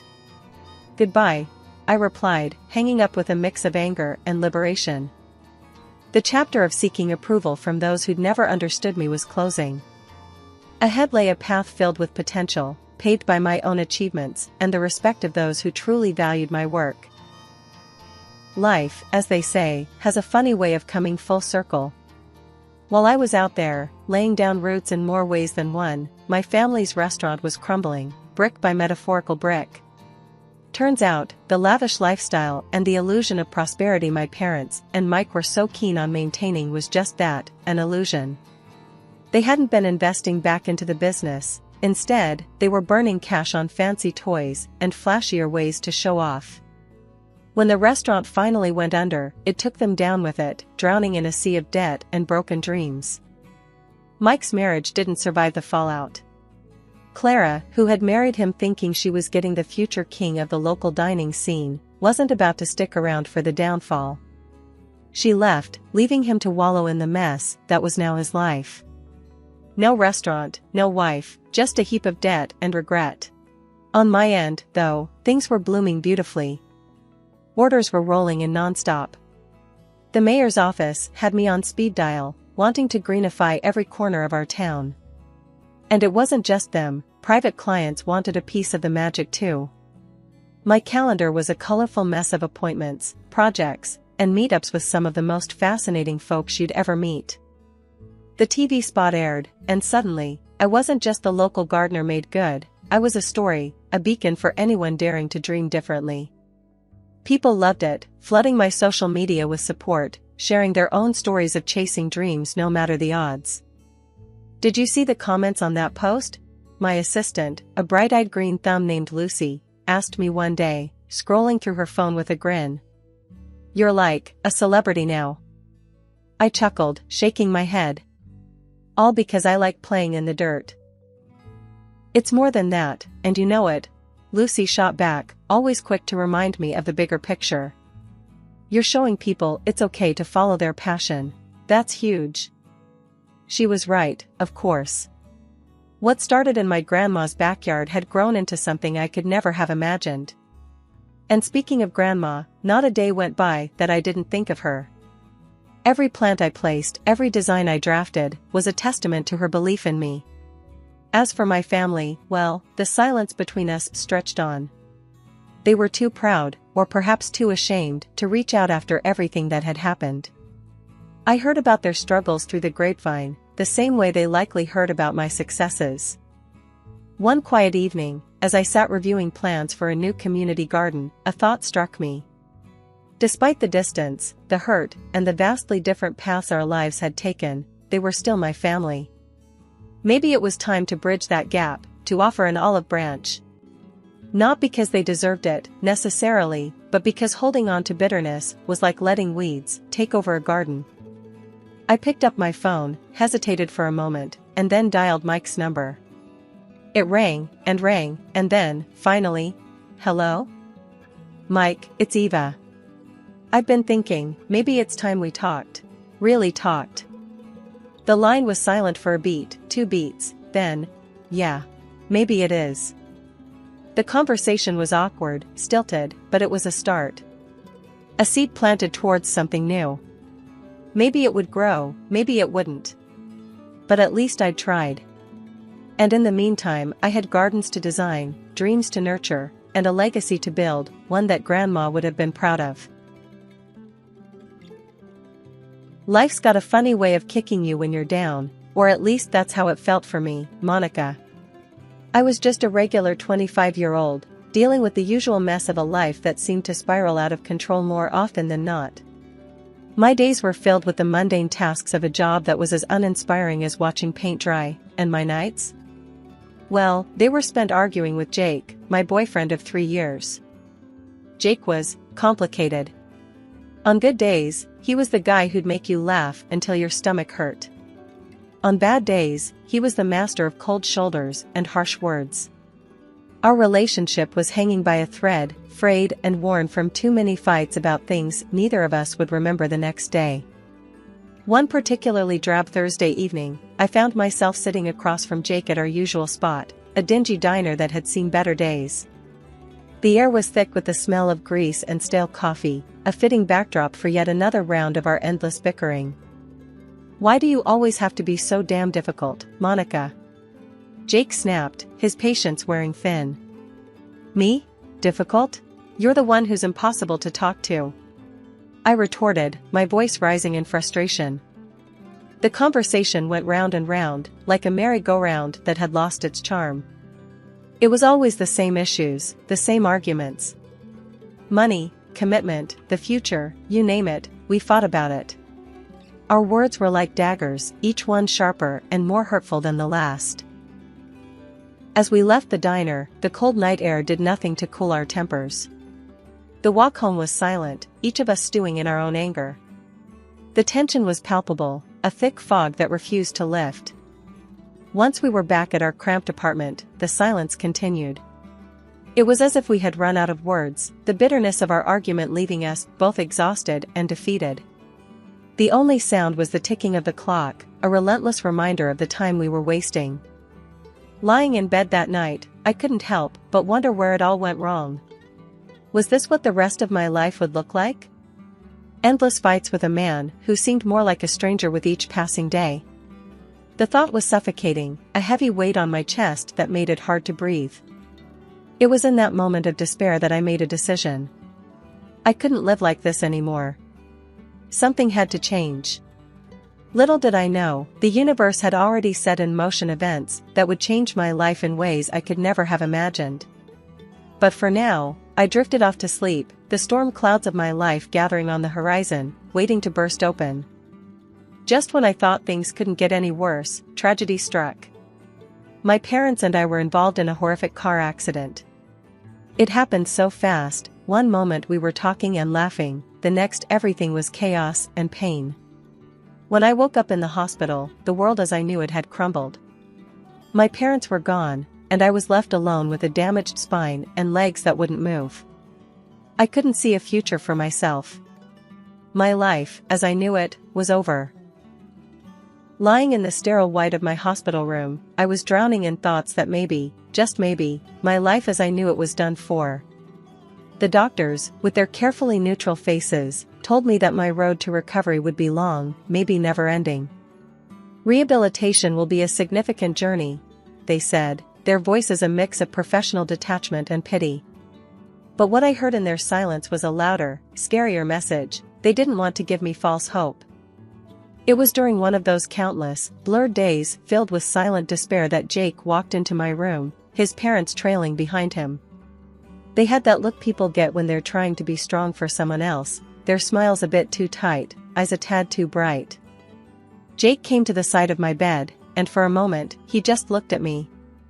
I saw something in his eyes then, a determination I hadn't noticed before. It scared me a bit, that intensity, because what could he possibly say to make this situation any less of a nightmare? "Monica," he began, and his voice cracked like he was fighting back emotions too big for him. "I know this is probably the worst timing, and I know you're going through hell right now. But I can't pretend anymore. I can't act like what I feel for you isn't the most real thing I've ever felt in my life." His words hung in the air, heavy and unexpected. Then, before I could even process what he was saying, Jake did something completely crazy. He got down on one knee right there on the cold, hard floor of my hospital room. "I love you, Monica. I love you more than I've ever loved anything or anyone in my life. Marry me. Let me take care of you. Let me be the one by your side, through all of this and whatever comes next." His parents, standing just a little behind him, had tears in their eyes. His mom, wiping her eyes with the back of her hand, nodded at me, as if encouraging me to say yes. His dad, a man of few words, just placed a supportive hand on Jake's shoulder, a silent show of approval. I was speechless, my mind a whirlwind of emotions. Fear, love, uncertainty, hope, they all battled within me. But looking into Jake's eyes, seeing the raw honesty there, something in me just unlocked. "Yes," I whispered, the word barely audible. "Yes, I'll marry you." The relief and joy on Jake's face were like a sunrise after the darkest night. His parents came closer, both of them assuring me, "We're going to take care of you, dear, as if you were our own daughter. Your family now." The wedding itself was nothing like I had ever imagined my wedding would be. It was small, intimate, with only the closest of our relatives and friends. I was in my wheelchair, feeling a mix of exhaustion and happiness, a bizarre cocktail of emotions. But when I saw the faces of those who came, saw their genuine smiles and teary eyes, I knew this was right. This was real. Despite the unorthodox circumstances, that day was a blur of love, a testament to something I wasn't sure I believed in anymore: hope. Jake and I, hand in hand, faced our small audience, our vows more than just words, they were promises, a bridge over the uncertainty of my recovery and our future. And as we sealed those vows with a kiss, I allowed myself to believe, maybe for the first time since the accident, that life wasn't over. It was just taking a route I hadn't planned on, a route I wouldn't have to navigate alone. After Jake and I got married, we moved into the big, fancy house my parents left me. It was already fixed up for someone in a wheelchair, with handrails everywhere and special stuff in the bathroom to help me take a shower or a bath. At first, Jake seemed all caring and helpful, like he was really gonna stand by me through thick and thin. But that changed faster than I expected. Not long after we moved in, Jake quit his job. He said it was 'cause he needed to take care of me, but honestly, I wasn't seeing much of this so-called care. His excuse was that we didn't need to worry about money 'cause of the inheritance I got from my parents. According to him, that meant he didn't need to work anymore. But here's the kicker: I ended up doing most stuff by myself. Cooking, trying to clean up as best as I could, struggling to take a bath, it was all on me. Meanwhile, Jake spent his days glued to his computer screen, playing games, or hanging out with his buddies at some bar. He'd come home late, usually drunk, and then he'd start on me, calling me a burden and whatnot. It wasn't just Jake either. His parents, who used to be all sweet and caring before we got married, flipped a switch too. They'd come over, and I'd catch them giving me these looks of disgust when they thought I wasn't paying attention. It was like they saw me as some kind of mistake their son had made. One day, I had enough and confronted Jake about it. I was struggling to make a simple meal in the kitchen, and he just waltzed in, looking for something to snack on. Can't believe you're just lounging around all day while I bust my ass trying to do basic stuff. I snapped, my frustration boiling over. Jake just rolled his eyes, grabbing a beer from the fridge. Oh, come on, Monica. You act like you're the only one who's got it tough. I gave up my job for you, remember? Gave up your job? Please, you've made that into some kind of noble sacrifice. All you do is mess around all day while I'm stuck dealing with all of this. I gestured around the kitchen, my voice cracking with emotion. And what's that supposed to mean? You think I enjoy having no life outside of this house? You think I like seeing you like this? His voice was getting louder, more aggressive. Having no life? You're out every other night, Jake. How's that having no life? And me? I didn't choose this. I didn't ask for any of it. I was shouting now, tears of anger and frustration welling up in my eyes. The argument spiraled from there, each of us hurling accusations and hurtful words until we were both too exhausted to continue. It was clear as day that the man I married, the family I thought I'd gained, they weren't the support system I'd hoped for. They were just another set of obstacles I had to navigate in this new, harsh reality of mine. As the days turned into weeks, the atmosphere in my home shifted from uncomfortable to outright hostile. Jake's parents, who had once put on a facade of concern and affection, now treated my home like their personal kingdom, blatantly disregarding any semblance of respect or boundaries. Their behavior escalated quickly.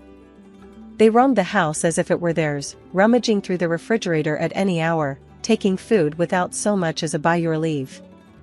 The living room became their domain, the sofas permanently indented from their constant lounging. The television blared from morning till night, filling the house with incessant noise that grated on my nerves.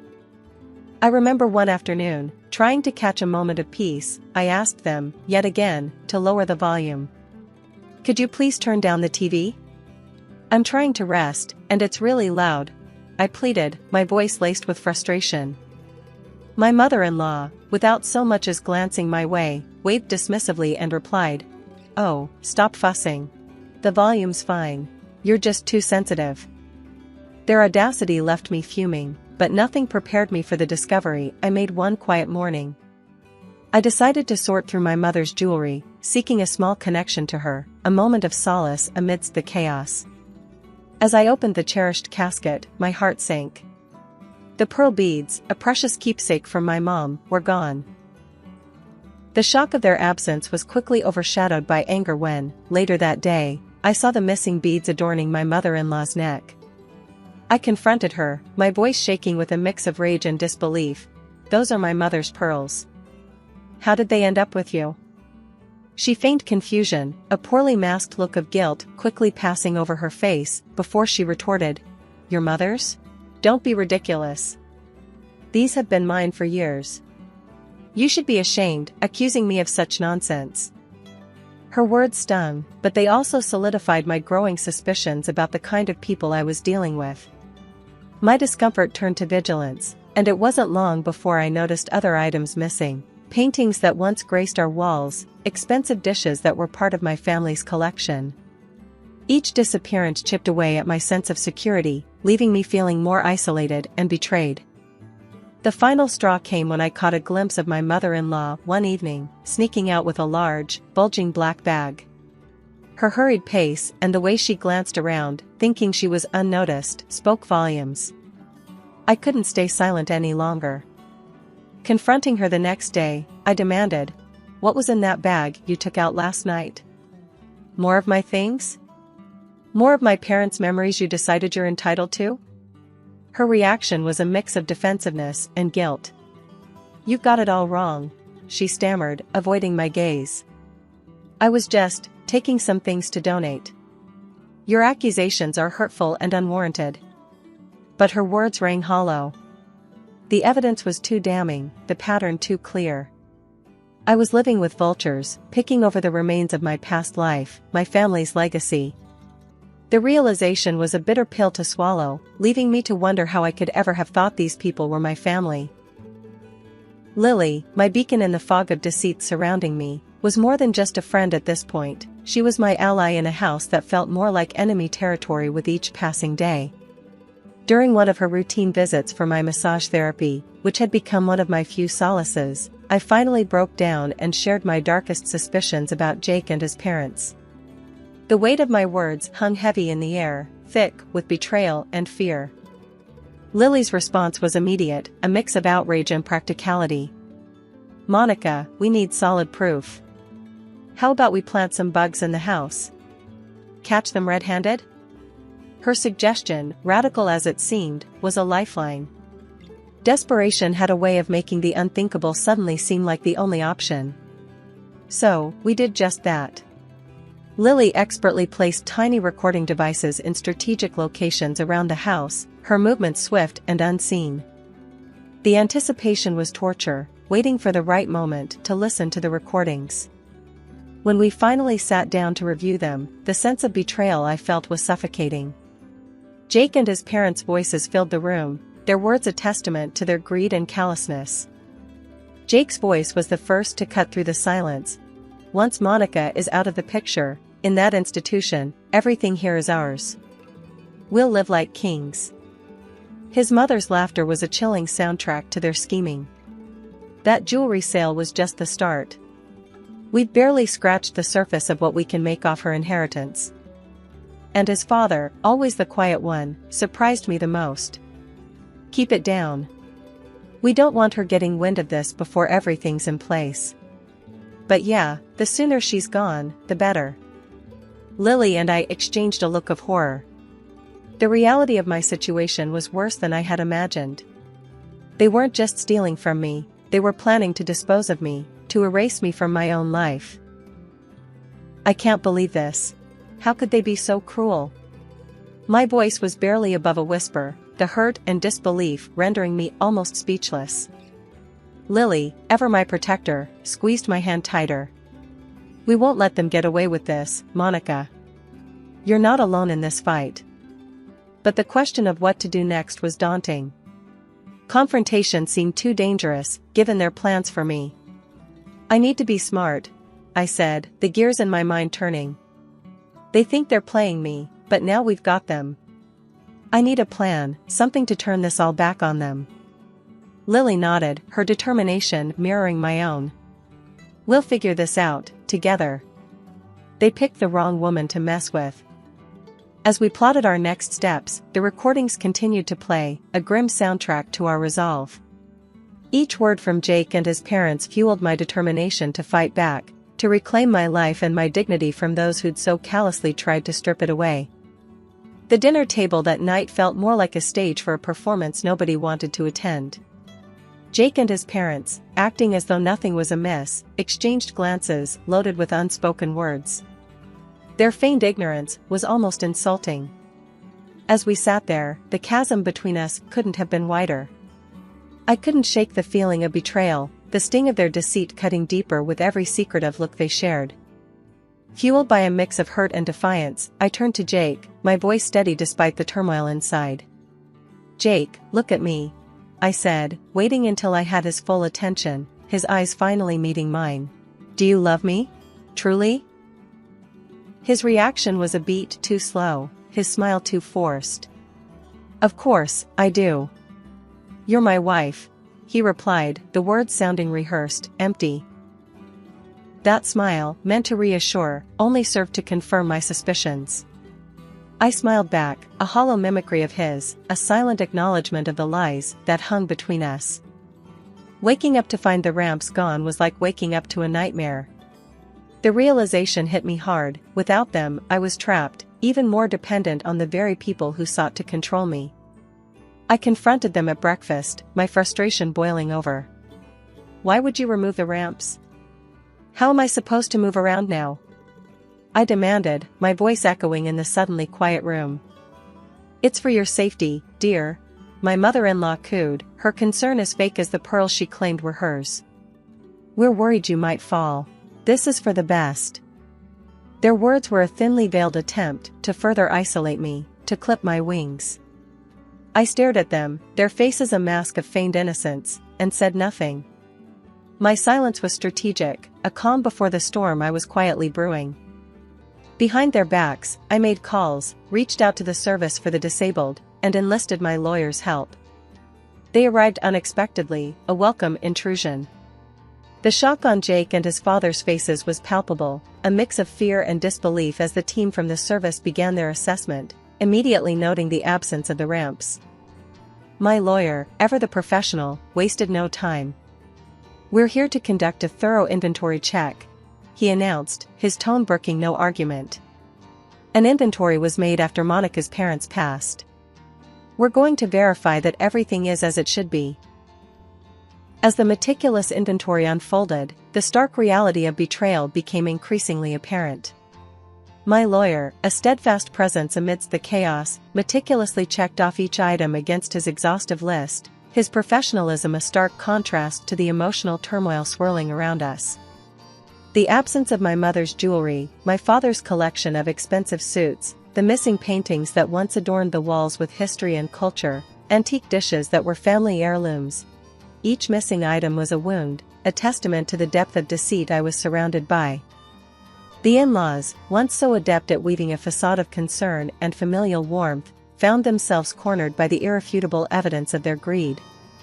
Their initial shock quickly gave way to a desperate attempt at salvaging whatever they could from the situation. Tears streamed down my mother-in-law's face as she turned to me, her voice quivering, "We're so sorry, dear. It all just got out of hand.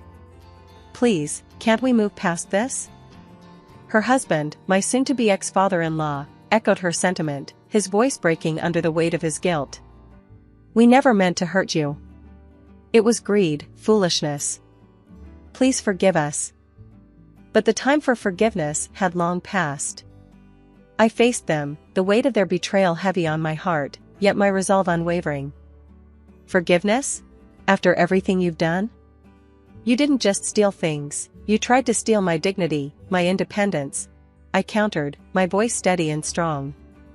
Turning to the police officers, I presented them with the inventory results and the recordings, undeniable proof of the in-laws' deceit. "These are the people you're looking for," I said, the finality in my voice marking the end of this chapter of my life. The court proceedings were swift, the evidence overwhelming. The judge's gavel sealed their fate, sentencing them for their crimes, mandating the return of what could be salvaged from their thefts, and compensating for what could not.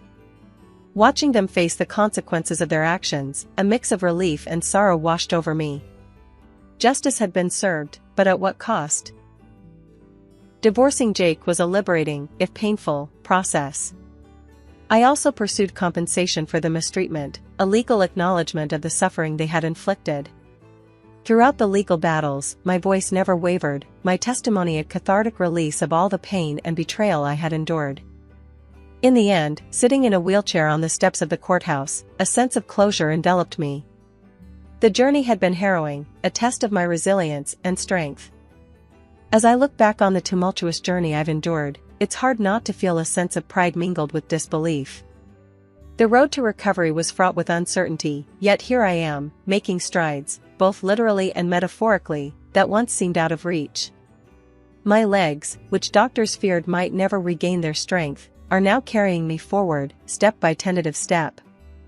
The sensation of pebbles under my feet, a once mundane experience, now fills me with an overwhelming sense of victory. "Your progress is nothing short of remarkable," my doctor told me during a recent visit, his voice tinged with genuine astonishment. It was a far cry from the cautious optimism he offered in the early days of my rehabilitation. Reconnecting with my friends has been a lifeline, their unwavering support a constant reminder that I'm not alone in this fight. "We're here for you, no matter what," they assure me, their words a balm to the scars left by betrayal. Jake, the man I once believed would stand by me through thick and thin, has become a distant, almost pitiful figure. Stripped of the financial windfall he so greedily anticipated, he now scrapes by, his calls and apologies a desperate attempt to claw back into my life. "Can't we just put all this behind us? Start fresh?" he pleads, his voice a mix of desperation and hope. I can't help but laugh, the sound rich with scorn and liberation. "Start fresh? With you?" I reply, my voice steady and confident. "That's a chapter of my life I've happily closed. You're just a footnote now. The flowers he sends, a pathetic attempt at reconciliation, find their way straight into the trash. You think a few roses can erase your betrayal? I scoff, discarding them with ease. They're a reminder of what I've overcome, not of what I've lost. In the midst of navigating this new normal, I've discovered a passion I never knew I had. Painting has become my sanctuary, a way to express the whirlwind of emotions that accompany my journey. An easel and a set of paints are now my most cherished possessions, allowing me to bring memories of my parents to life and to capture the beauty of the world around me. This is how I heal, I explain to anyone who asks. My brushstrokes a testament to my resilience. My transformation is not just physical, it's a rebirth of my spirit. They thought they could break me, but I'm stronger than I've ever been, I declare, with newfound determination. My story, once overshadowed by the actions of those who sought to exploit me, is now a narrative of triumph, a reminder that even in our darkest moments, there is light to be found. This chapter of my life, while born from pain and betrayal, is defined by growth, resilience, and the unwavering belief in the possibility of a new beginning. I am not the same person I was before. I am stronger, wiser, and ready to face whatever comes next with grace and courage.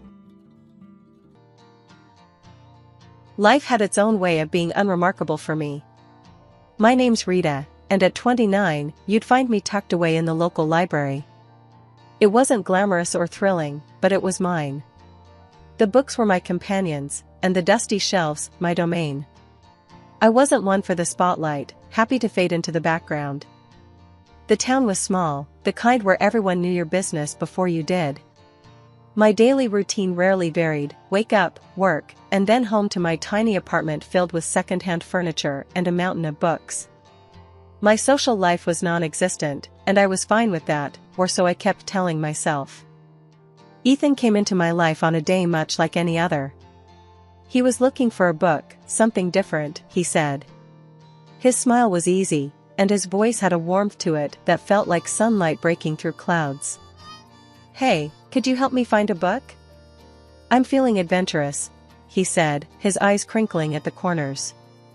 Sure, what genre are you interested in? I asked, adjusting my glasses, trying not to get too caught up in his gaze. I don't know, surprise me, he replied with a grin that suggested he enjoyed the mundane challenge he'd set before me. That was the beginning of everything. Our conversations became a regular part of my days. He'd ask about books, and I'd recommend titles, but soon those conversations shifted from the pages of novels to the details of our lives. Ethan was different. He listened, really listened, in a way that made me feel heard for the first time in a long while. One day, he came in looking more determined than usual. You know, Rita, you're the most interesting person I've met in this town. Why do you hide in here all day? He asked, leaning on the counter, a playful challenge in his eyes. I laughed, a sound that felt strange even to my own ears. Well, where else would I go? This town isn't exactly bursting with excitement. Ethan's response was quick. Maybe you just need someone to explore it with. How about dinner tonight? My treat. I hesitated, not used to this kind of attention. I don't know, Ethan. Come on, what's the worst that could happen? You spend an evening out with a guy who enjoys your book recommendations. Plus, I promise to make it worth your while. You can show me this hidden gem of a town, he coaxed, his confidence infectious. Against my better judgment, I found myself agreeing. Okay, sure. But no fancy places, I don't do well with all that pomp. Deal, Ethan said, his smile lighting up the room. I'll pick you up at 7. Wear something comfortable. That night changed everything. Ethan showed me parts of the town I'd never seen, despite having lived here my whole life. He made me laugh, a deep, genuine laugh that I hadn't known I was capable of. He listened to my stories, my dreams, and my fears, never once making me feel small or insignificant. As we walked back to my apartment, he stopped and looked at me, a seriousness in his eyes. Rita, I know we've only just met, but there's something about you. You're not like anyone I've ever known. You're genuine, And in a world full of fakes, that's rare. I didn't know what to say. No one had ever spoken to me like that before. Ethan, He cut me off, gently placing a finger on my lips. You don't have to say anything. Just know that I see you, Rita. I see the person you are, and I like what I see. Ethan had always been the sweet spot in my day, making everything seem brighter with his care and affection. He had this way of making me feel seen, calling me beautiful, kind, and smart, things I hardly believed about myself. It was his warmth that won me over, making the idea of forever seem not just possible, but desirable. When he popped the question, it felt like a dream. Marry me, Rita. I can't imagine my life without you, he had said, his eyes shining with sincerity. I didn't hesitate. Yes, I breathed out, feeling a mix of excitement and disbelief. But before we could get lost in the whirlwind of wedding planning, there was one crucial step we had to take, meeting his parents. Ethan had given me a heads up, a sort of pre-warning. My folks, they have a bit of a high standard for who I bring home. But don't sweat it, okay? They're gonna love you once they see how amazing you are, he assured me, though his nonchalance did little to ease my nerves. I was a wreck before the meeting, rummaging through my wardrobe for something that screamed modest yet dignified. It felt like an impossible dress code to crack. Ethan, on the other hand, was the picture of calm, almost disinterested, as if the outcome of this meeting didn't weigh on him at all. You're overthinking it, Rita. Just wear what you're comfortable in, he said casually, which only frayed my nerves further. The day arrived, and I chose a simple blue dress that I hoped struck the right balance. As we drove to his parents' house, Ethan seemed more preoccupied with the music on the radio than the impending introduction. You sure they're gonna like me? I asked, seeking some reassurance. They'll come around. Just be yourself, Ethan replied, his attention briefly flitting to me before returning to the road. His laid-back attitude felt jarring compared to the storm of anxiety brewing inside me. Walking up to the door of Ethan's childhood home, my heart was pounding. His earlier warnings echoed in my head, painting a picture of the scrutiny I was about to face. The door swung open, and we were greeted by Ethan's parents, their expressions hard to read. The dinner that followed was a minefield. Ethan's parents grilled me with questions that felt more like an interrogation than casual dinner conversation. So, Rita, Ethan tells us you work at a library. Do you see yourself doing that long term? His father asked, his tone suggesting he found my job lacking. I fumbled for an answer, trying to sound confident. I love working there. It's fulfilling in a way I can't quite describe, I said, hoping my passion would be enough to win them over. Ethan was strangely quiet throughout, offering little support as I navigated the barrage of questions and veiled criticisms. It felt like I was alone on the battlefield, with Ethan retreating into a role of passive observer. As we drove home, the silence in the car was deafening. I couldn't help but feel disappointed, not just in the evening's events, but in Ethan's indifference. I thought you said they'd warm up to me. I finally broke the silence, my voice tinged with hurt. Ethan shrugged, a frustratingly nonchalant gesture. Give it time, Rita. They just need to get to know you better, he said, his words doing little to comfort me. After a few more dinners that felt more like interrogations than friendly meals, it was clear Ethan's folks weren't my biggest fans. They saw me as some kind of gold digger, I guess, which couldn't be further from the truth. I was never after Ethan's money, heck, I barely knew about it until he brought it up himself one evening, saying, "My parents are a bit old school, you know? They worry about the weirdest things, like money and status." One night, Ethan came home looking more serious than usual. "Babe, we need to talk," he said, avoiding my eyes. That's when I knew something was up. "What's wrong?" I asked, feeling my stomach tie up in knots. "It's my parents," he started, finally looking at me. "They're insisting we sign a prenup." A prenup? The word felt foreign, bitter on my tongue. "Ethan, you know I don't care about your money, right?" He sighed, running his hands through his hair. I know, And I don't care about it either, not when it comes to us. But they're adamant about it. They think it'll protect both of us or whatever. I was hurt, not gonna lie. It felt like they were already betting on our failure. But I loved Ethan more than I cared about his parents' approval or some stupid agreement. Fine, I said, more sharply than I intended. Let's sign it and be done with it. Your money, my money, whatever. I don't care. I just want you. Ethan looked relieved, and a part of me hated that. Thank you, babe. I hate this as much as you do, but it's just a piece of paper. It won't change anything between us. So, we signed the damn thing. Some lawyer his parents knew drew it up, making sure neither of us could touch the other's stuff if things went south. It felt like signing a declaration of distrust before we even started, but I pushed those thoughts away. I was in love, and love was supposed to conquer all, right? Our wedding was nothing grand, just the way I wanted it. A few close friends, an intimate ceremony, and the promise of forever. I moved into Ethan's place shortly after.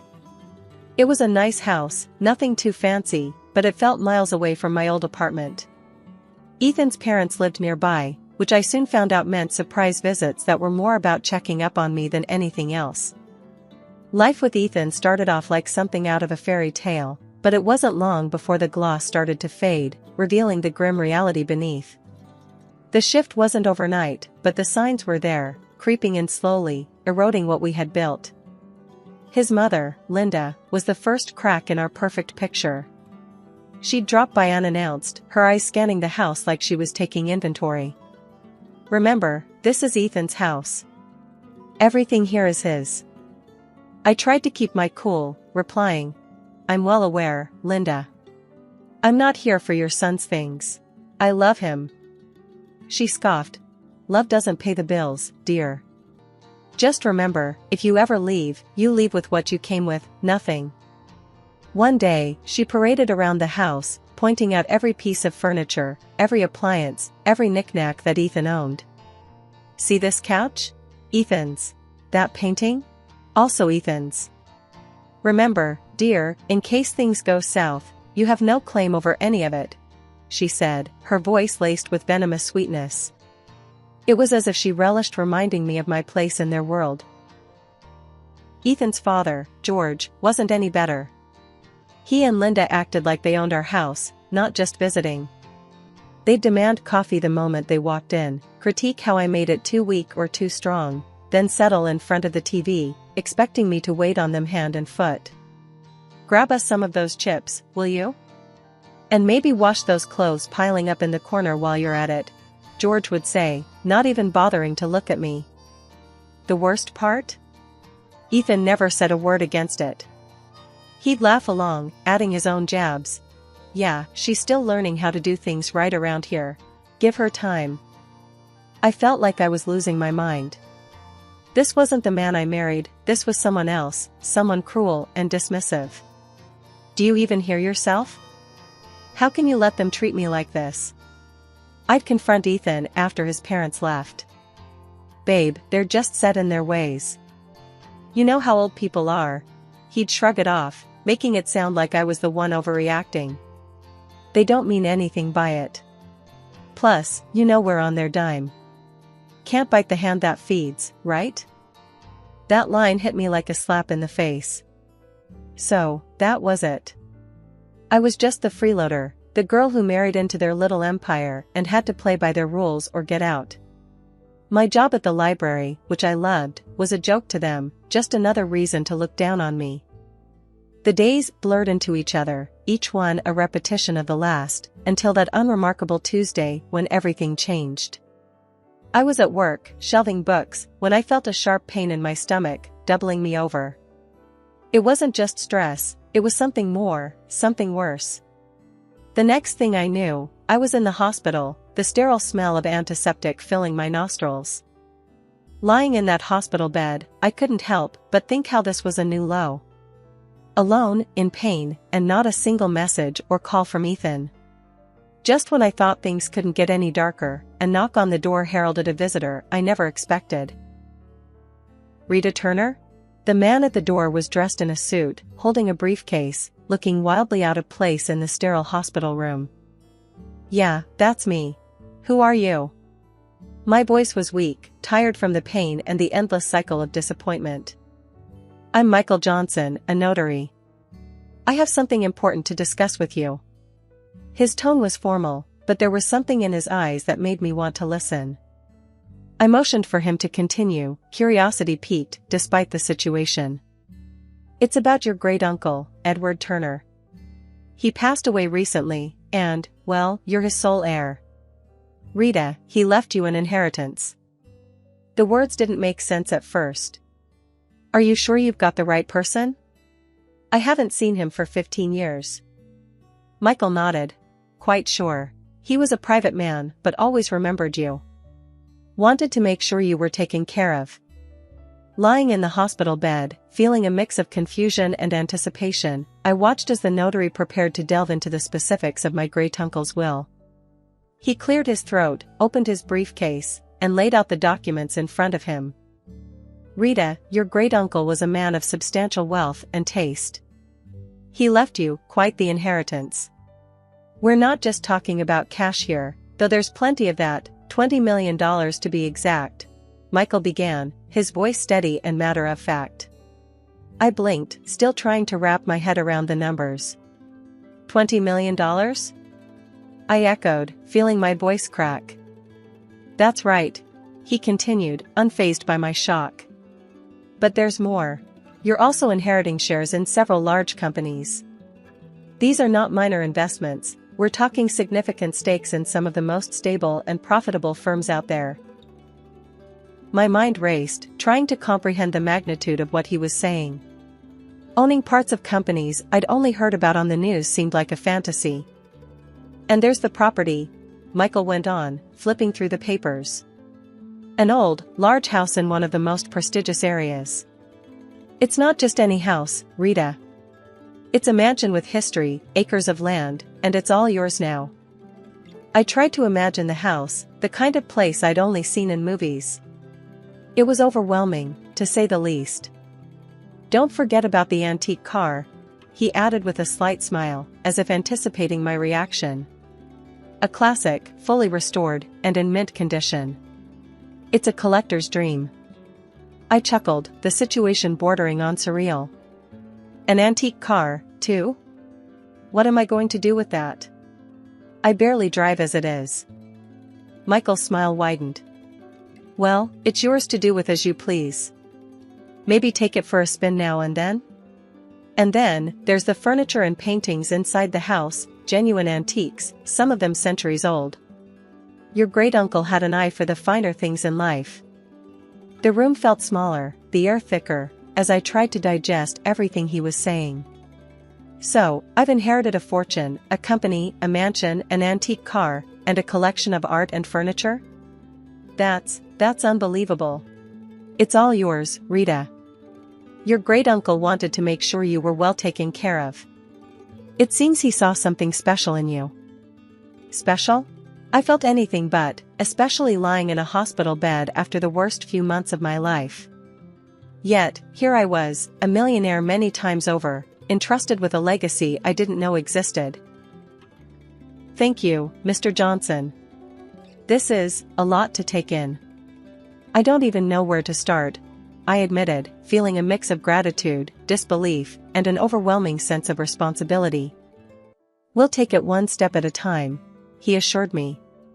"I'm here to help you through the entire process." As if on cue, my phone buzzed. Ethan's name flashed on the screen for the first time in days. Ignoring it, I turned back to Michael. "What happens now?" "We'll need to process some paperwork, but the inheritance is yours. Your life is about to change, Rita." Change it did. After the unexpected windfall landed in my lap, Ethan and his folks turned a new leaf, or so it seemed. Their daily hospital visits were like scenes from a sappy movie. Ethan, who couldn't be bothered to check on me before, now hovered constantly, adjusting my blanket with a concerned furrow on his brow. "How are you feeling today, love?" he'd ask, his voice dripping with a sweetness that didn't reach his eyes. His mother, Linda, was even more theatrical, if possible. "Darling, I'm going to cook your favorite lasagna when you get back home. Just you wait," she said, her smile wide but not quite reaching her eyes. It was all too much, too sudden. Yet, I played along, smiling weakly, thanking them for their care. But suspicion gnawed at me, urging me to look beyond their acts. So, one day, I did just that. After their routine visit, I mustered the strength to slip out of my bed and follow them, my heart pounding with every step. Hiding behind a corner, I listened in as their true selves unfolded with no audience to perform for. Their laughter was the first thing I heard, harsh and jarring. "Can you believe how easy it is? She's terribly stupid.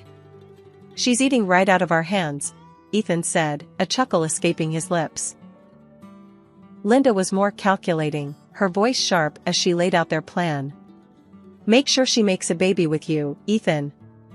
Once she does, she won't ever be able to leave us. Then, we'll have a real hold on her and her fortune." Their words, cruel and cold, didn't shock me. Disappointment filled me, yes, but surprise? Not in the slightest. They showed their true colors, and I was done painting over them in shades of denial. Silently, I made my way back to my hospital bed, their mocking words fueling a fire within me. They saw me as nothing more than a ticket to wealth, a means to secure their future. But I wasn't going to play their game. Not anymore. Lying in that bed, a plan began to take shape, clear and firm. I was going to turn the tables on Ethan and his conniving family. They underestimated me, saw me as weak, but I was about to show them just how wrong they were. Back at the house after being discharged, I felt like a stranger walking into what was supposed to be my home. Ethan and his parents were there, waiting, their faces painted with fake concern and eagerness. The atmosphere was thick, charged with unspoken tension and expectation. Ethan was the first to break the silence, his voice a blend of feigned sweetness and underlying greed. "Babe, you're home. How are you feeling? We've been so worried about you." Ignoring the lump in my throat, I met his gaze squarely, seeing the man I once thought I knew. "I'm feeling better, thanks. But we need to talk." "All of us," I said, my voice steady despite the turmoil inside. Linda, ever the actress, stepped forward, her hands clasped together as if in prayer. "Of course, dear. We're here for you. Whatever you need." It was now or never. I took a deep breath and laid out my cards. "I'm filing for divorce, Ethan. And before you ask, no, you won't see a dime of my inheritance." The room fell silent, the air sucked out of it as if by a vacuum. Ethan's face paled, his mask slipping to reveal the panic underneath. "Divorce? But why? I thought we were happy?" "Happy?" The word tasted bitter in my mouth. "You, your mom, and your dad have made my life a living hell. You've treated me like a servant, not a wife. And now, suddenly, you're worried about me because I'm worth something to you?" Ethan stammered, struggling to find the words, but Linda, always quick, jumped in. "This is nonsense. We've always treated you like family. You're imagining things, dear." Rolling my eyes, I pulled out the prenuptial agreement from my bag, waving it in front of him. This is what saved me. You thought you could play me, but I'm not the naive girl you took me for." George, silent until now, finally spoke, his voice a mix of anger and defeat. "You'll regret this. We're your family." "No, you were never my family. A family doesn't treat one of their own like dirt and then turn sweet when money comes into the picture. I'm done here." Moving into my own place was the breath of fresh air I desperately needed. The apartment was small and cozy, a stark contrast to the life I'd left behind. It wasn't just a new living space, it was my declaration of independence, my fresh start. The phone call started almost immediately. Ethan, with his voice dripping with desperation, was the first to break the silence. "Rita, please, you've got to come back. We can work this out, I know we can." His pleas fell on deaf ears. I was done, and no amount of begging could change that. Ethan, it's over. I'm not coming back. You need to accept that, I said, my voice firm, leaving no room for negotiation. Not long after, Linda chimed in, her tone a toxic mix of anger and guilt-tripping. Ungrateful. After everything we've done for you. You owe us, Rita. You're making a huge mistake. Owe you? For what, Linda? For making me feel like nothing more than a burden? No, I don't owe you anything. Goodbye. Hanging up on her felt like shedding a heavy weight, a final cut from the ties that bound me to a life of misery. The divorce was a relief, a clean break from a past that had threatened to consume me. Through friends, I heard about the fallout between Ethan and his parents. The irony wasn't lost on me. The very document they had insisted on, the prenuptial agreement, was now the source of their family strife. With my great-uncle's inheritance securely in my name, I found purpose in generosity. A significant portion went to charities that mattered to me, causes that would make a difference in the world. But it was the bookstore that became my passion project, a cozy haven for lovers of old and rare books. It was my way of reconnecting with the world, on my terms. My journey hadn't been easy, fraught with challenges and heartache, but standing in my bookstore, surrounded by the stories of countless others, I knew I had found my happy ending. It wasn't just about moving on from Ethan and his family's manipulation, it was about rediscovering who I was and what I loved. Here's to new beginnings. I toasted to myself one quiet evening after closing up shop. The road ahead was uncertain, but it was mine to travel, filled with possibilities and the promise of newfound happiness. I remember it like it was yesterday. I was 26, full of life and not a care in the world, hanging out with a couple of friends at a local bar. That's when Alex walked in. He was a friend of a friend, someone I'd never met before. The moment our eyes met, something clicked. It wasn't love at first sight or anything cheesy like that, but there was a definite spark. Hey, you must be the famous Alex I've heard so much about, I said, extending my hand with a playful grin. Famous, huh? Can't say the same about you, but I'm sure I'll remember you after tonight. He shot back, shaking my hand with a firm grip. His smirk was cocky, but there was a twinkle in his eye that made me laugh. We spent the rest of the night talking, joking around, and getting to know each other.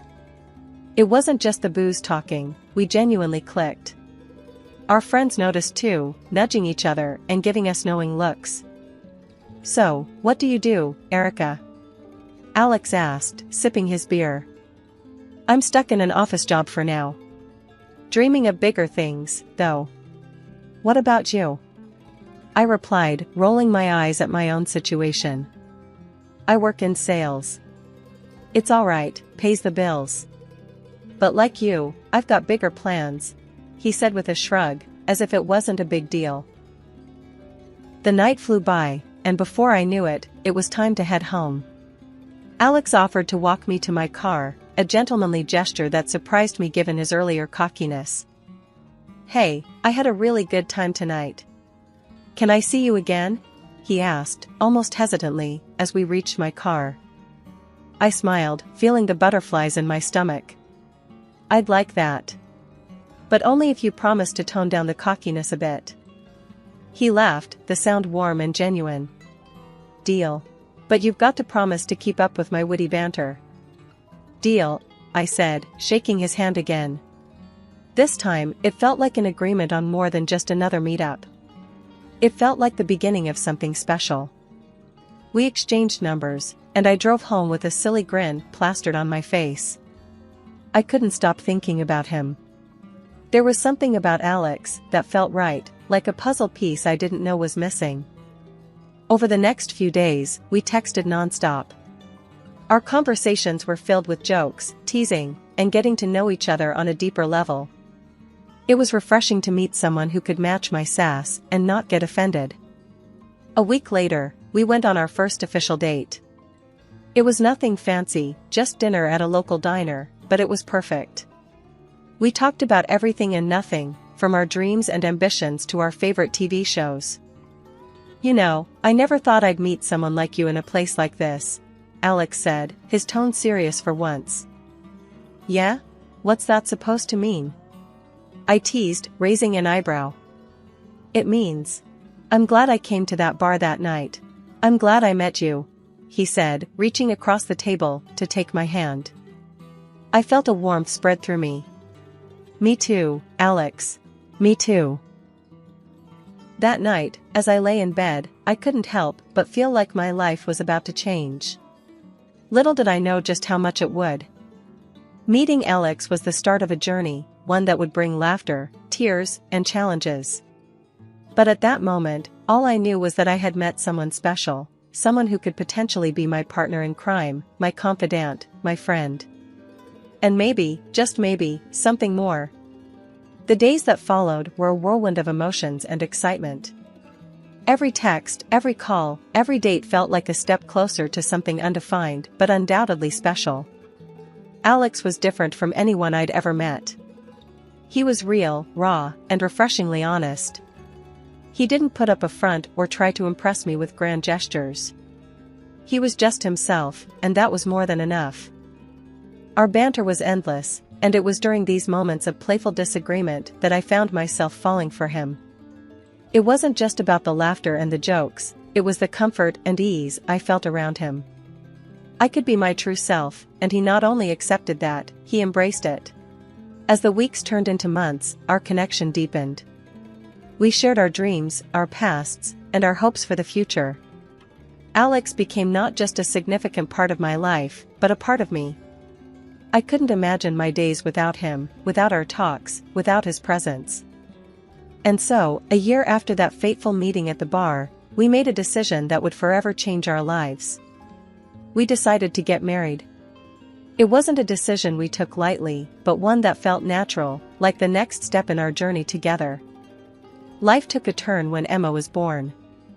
I stepped into the role of a stay-at-home mom with open arms, a decision Alex and I agreed upon. But as the days turned into months, and months into years, I noticed a shift in Alex. The man I fell in love with, who used to make me laugh until my sides hurt, was fading away, replaced by someone I hardly recognized.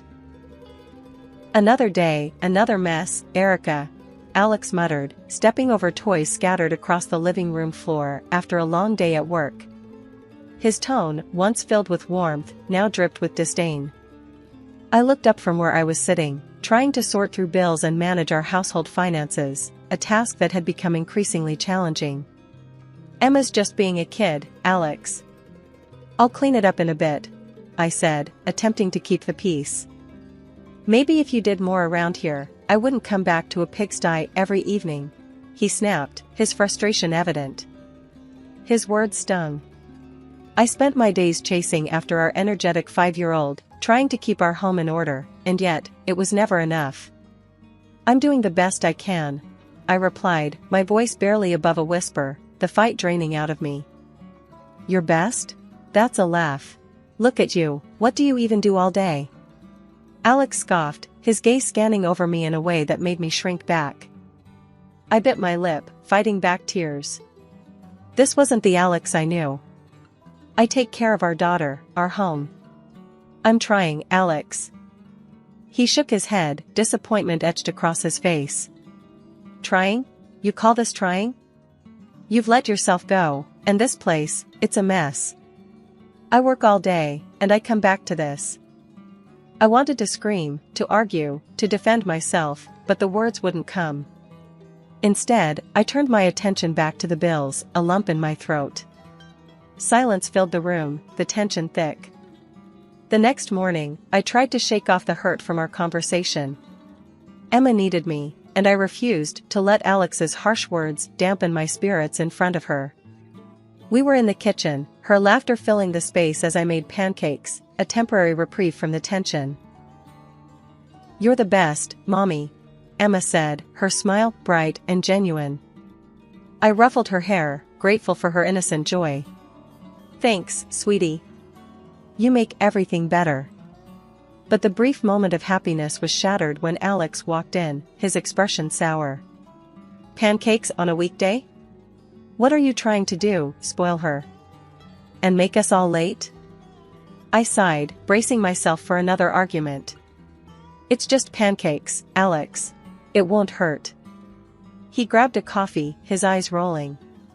Whatever. Just make sure she's ready on time.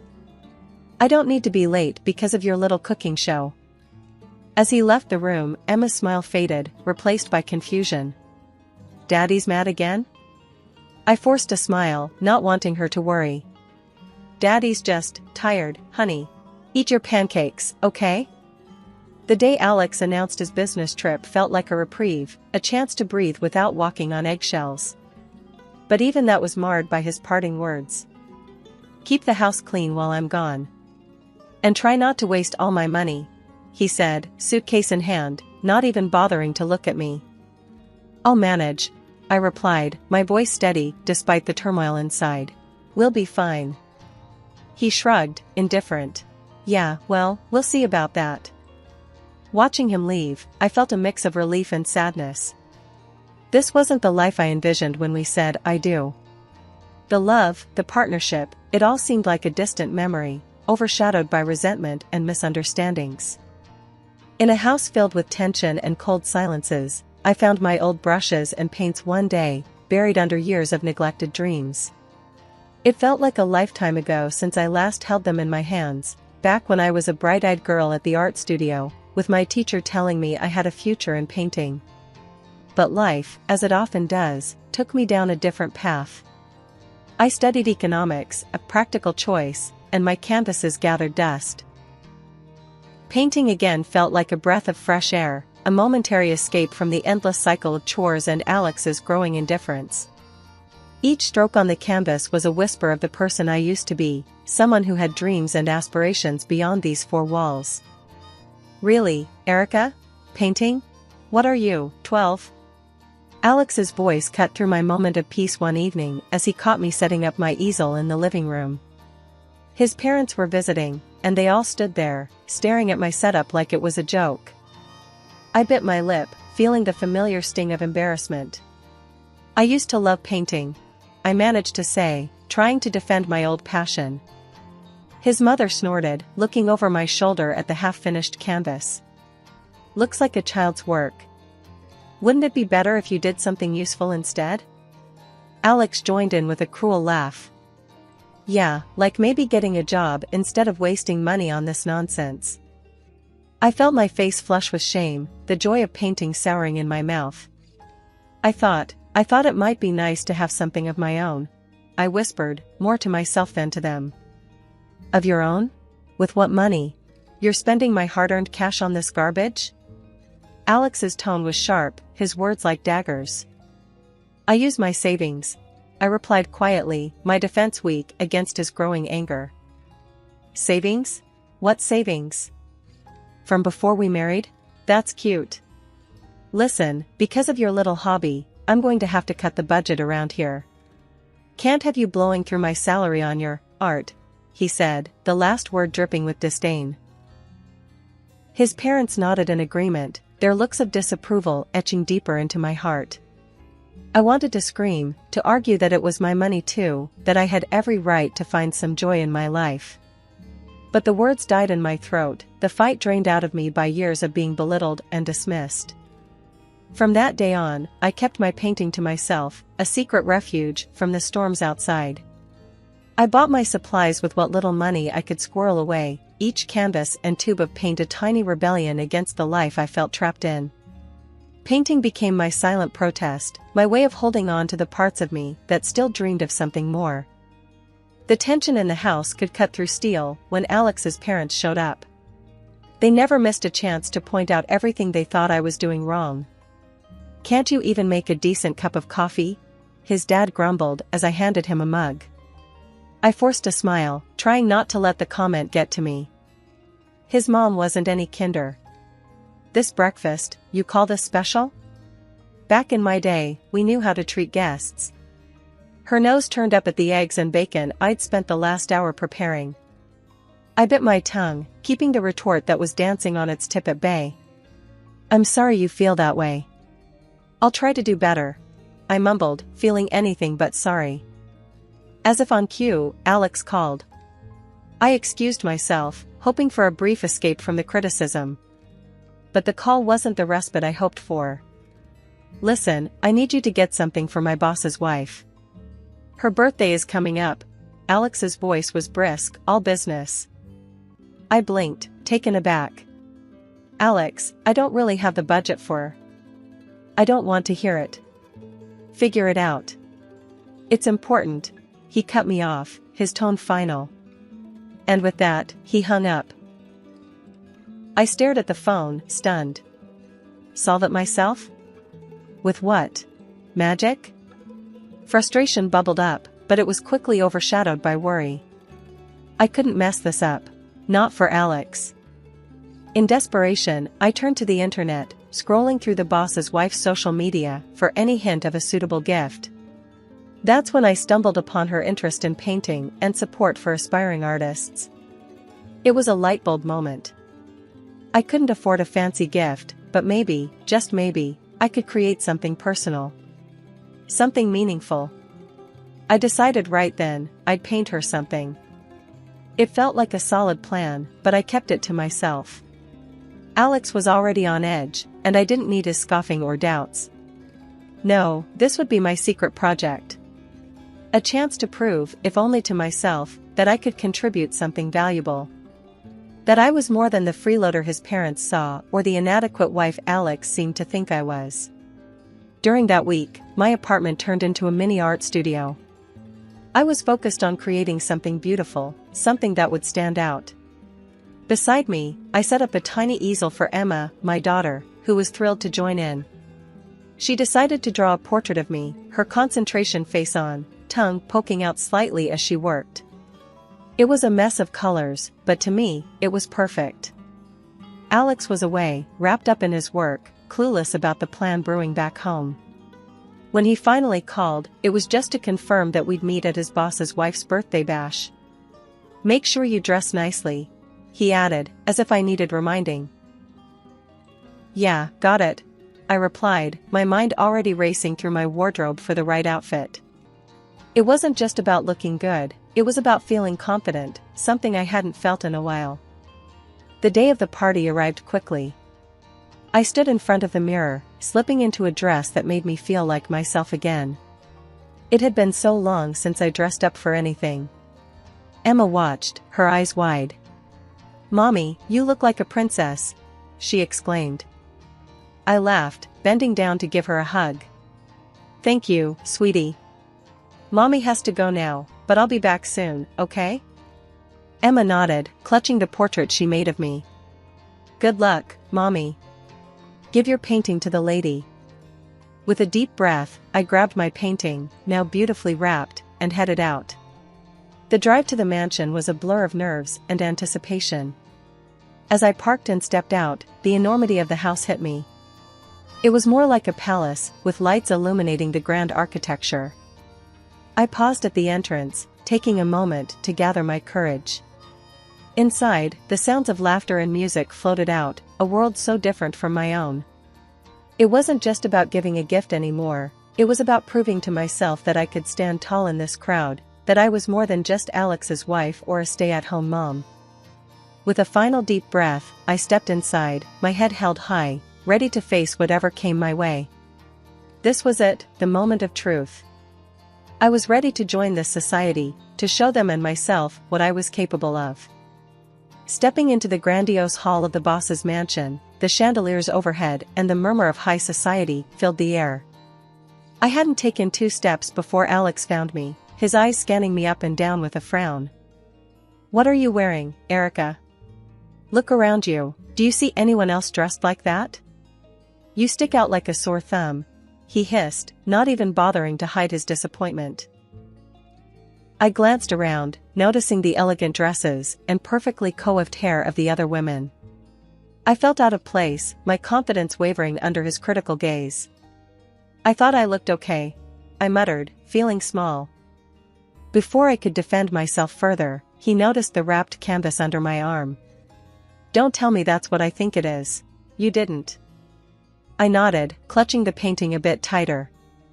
It's a gift for your boss's wife. I thought she'd like it. Alex's face turned red, his anger palpable. You thought? Are you a fool? This is a disaster. You're going to embarrass me in front of everyone with your amateur art.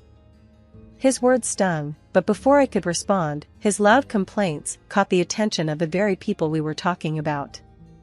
The boss and his wife approached, curiosity and concern mixing on their faces. What's all this about, Alex? His boss asked, eyebrows raised. Alex, trying to regain composure, forced a laugh. Oh, nothing much. My wife here thought it'd be a good idea to gift your wife one of her paintings. I tried to tell her it's not appropriate, but you know how it is. The guests around us snickered, their eyes on me, waiting to see my next move. The boss's wife, however, seemed intrigued. I'd love to see it. I appreciate all forms of art, she said, her voice kind and encouraging. With trembling hands, I unwrapped the painting, revealing my work. The room fell silent as everyone waited for her reaction. The boss's wife studied the painting, her eyes moving over every detail. Then, her face broke into a genuine smile. This is wonderful. Truly, you have a gift. How thoughtful of you to create something so personal. Alex's mouth hung open, his earlier bravado gone. The guests, too, were taken aback, their laughter dying down as they realized their mistake.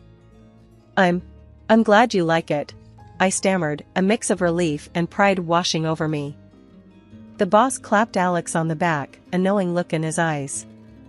Looks like your wife knows how to make an impression, Alex. Well done. As the crowd dispersed, some throwing me impressed looks, Alex stood there, his earlier criticisms unspoken now. The boss's wife, intrigued by my unexpected gift, led me away from the bustling party to a quieter part of the mansion. The walls of this secluded room were adorned with an impressive array of paintings, each telling its own story. As we moved from one piece to the next, our conversation flowed effortlessly, delving into techniques, styles, and the stories behind the canvases. I'm quite surprised, she admitted, her eyes reflecting genuine interest. You understand art deeply, Erica.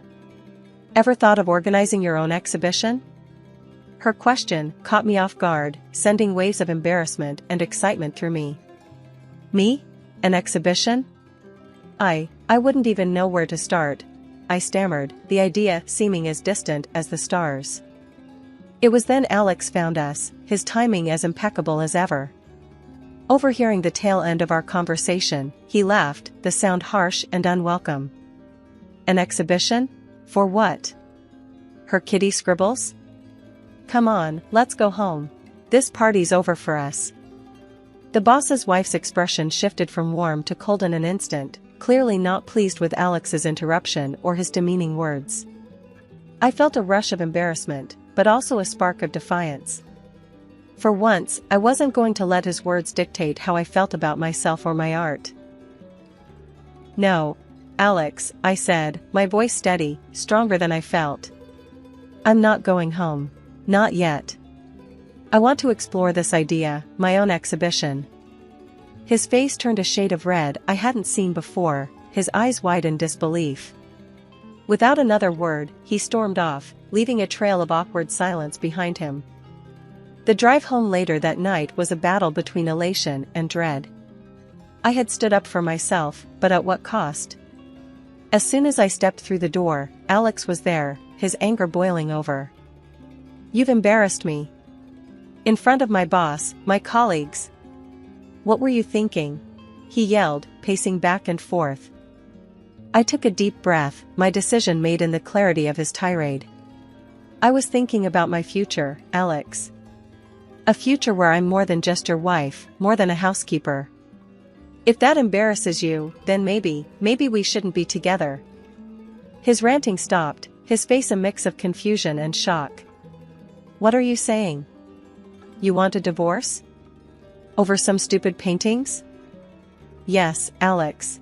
A divorce, I said, the words feeling surreal even as they left my mouth. I can't live like this anymore.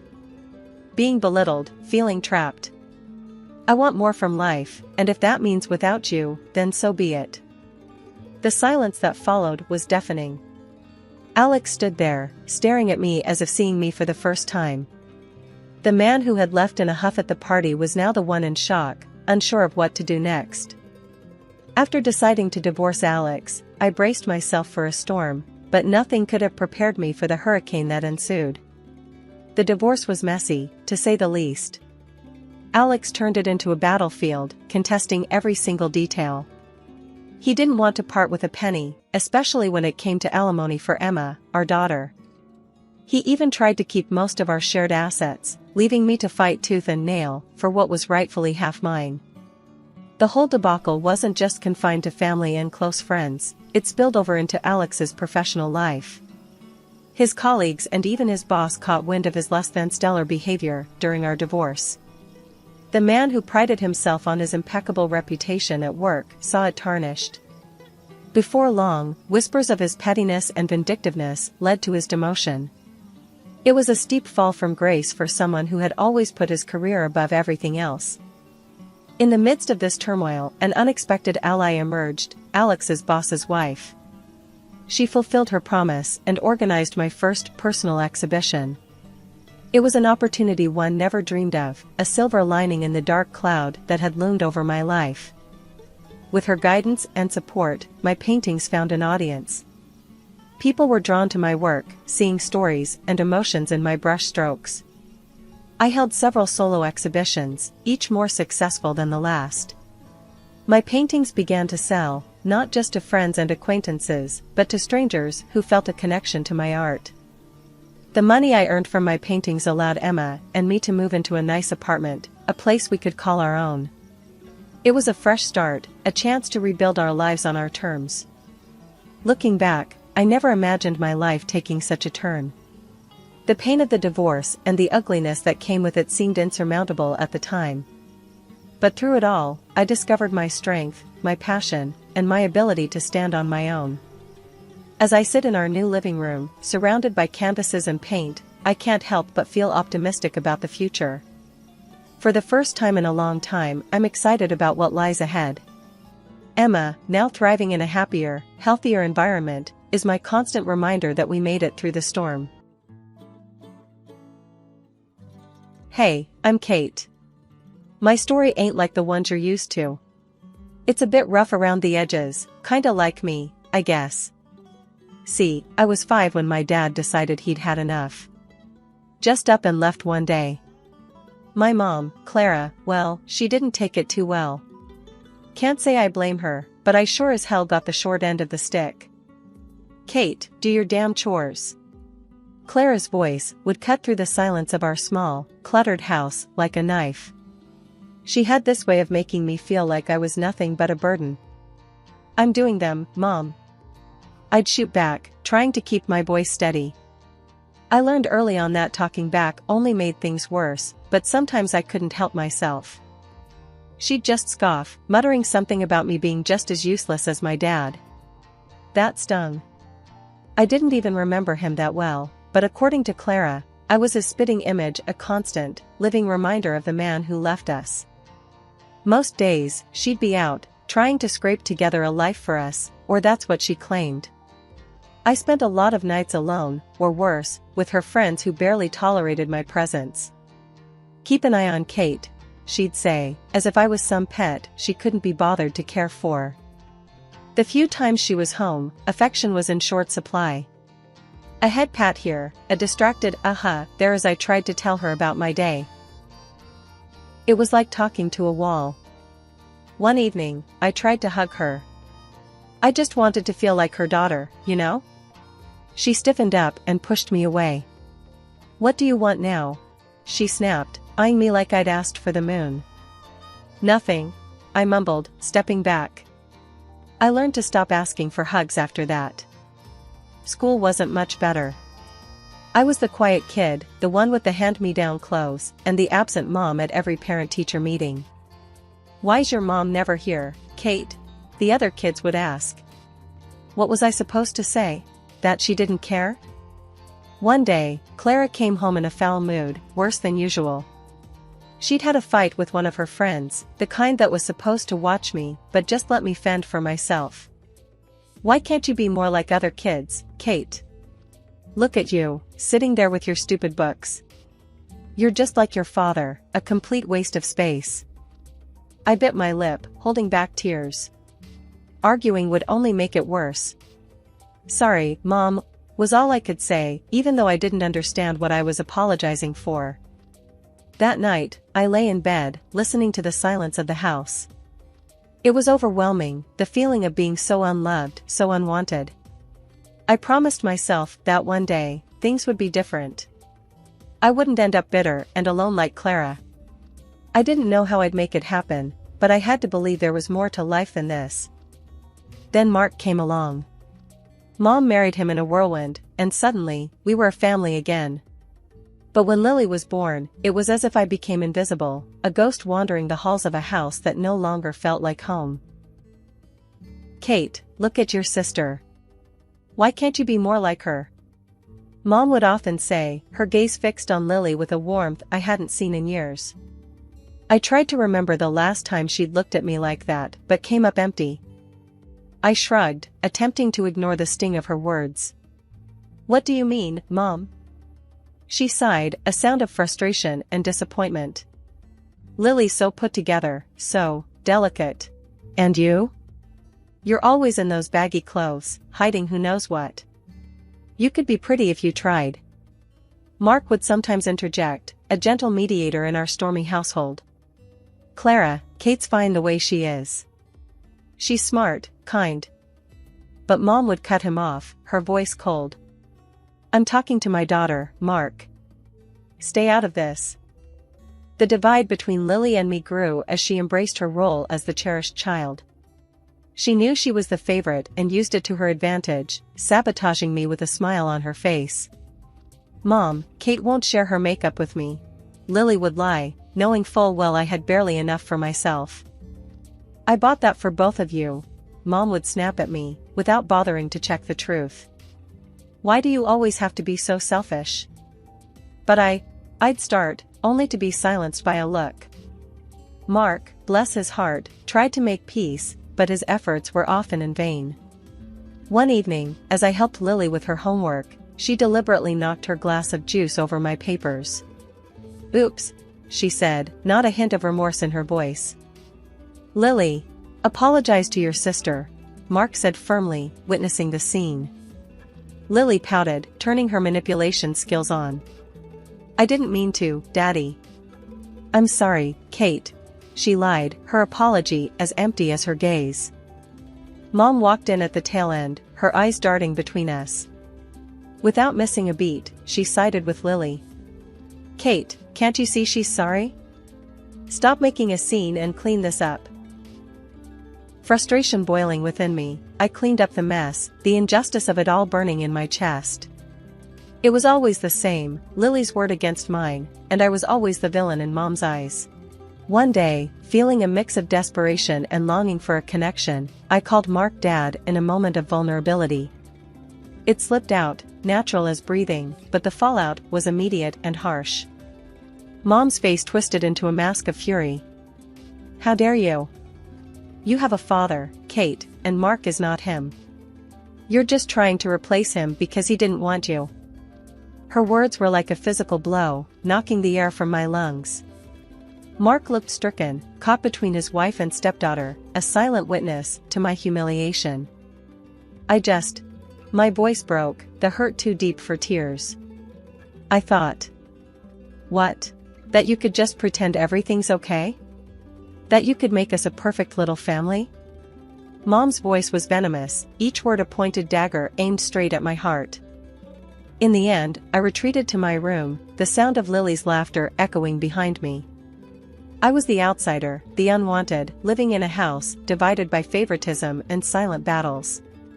Mark tried to offer solace, but his kindness was a balm on a wound too deep to heal. Growing up wasn't easy, not by a long shot. As I hit my teen years, things at home went from bad to downright miserable. Mom's critiques got harsher, and Lily, well, she was blossoming into a mini tyrant, with Mom as her biggest cheerleader. One afternoon, I was trying on clothes in my room, the door barely cracked open. I could hear Lily's snickers from the hallway. "Look at Kate, trying to dress up.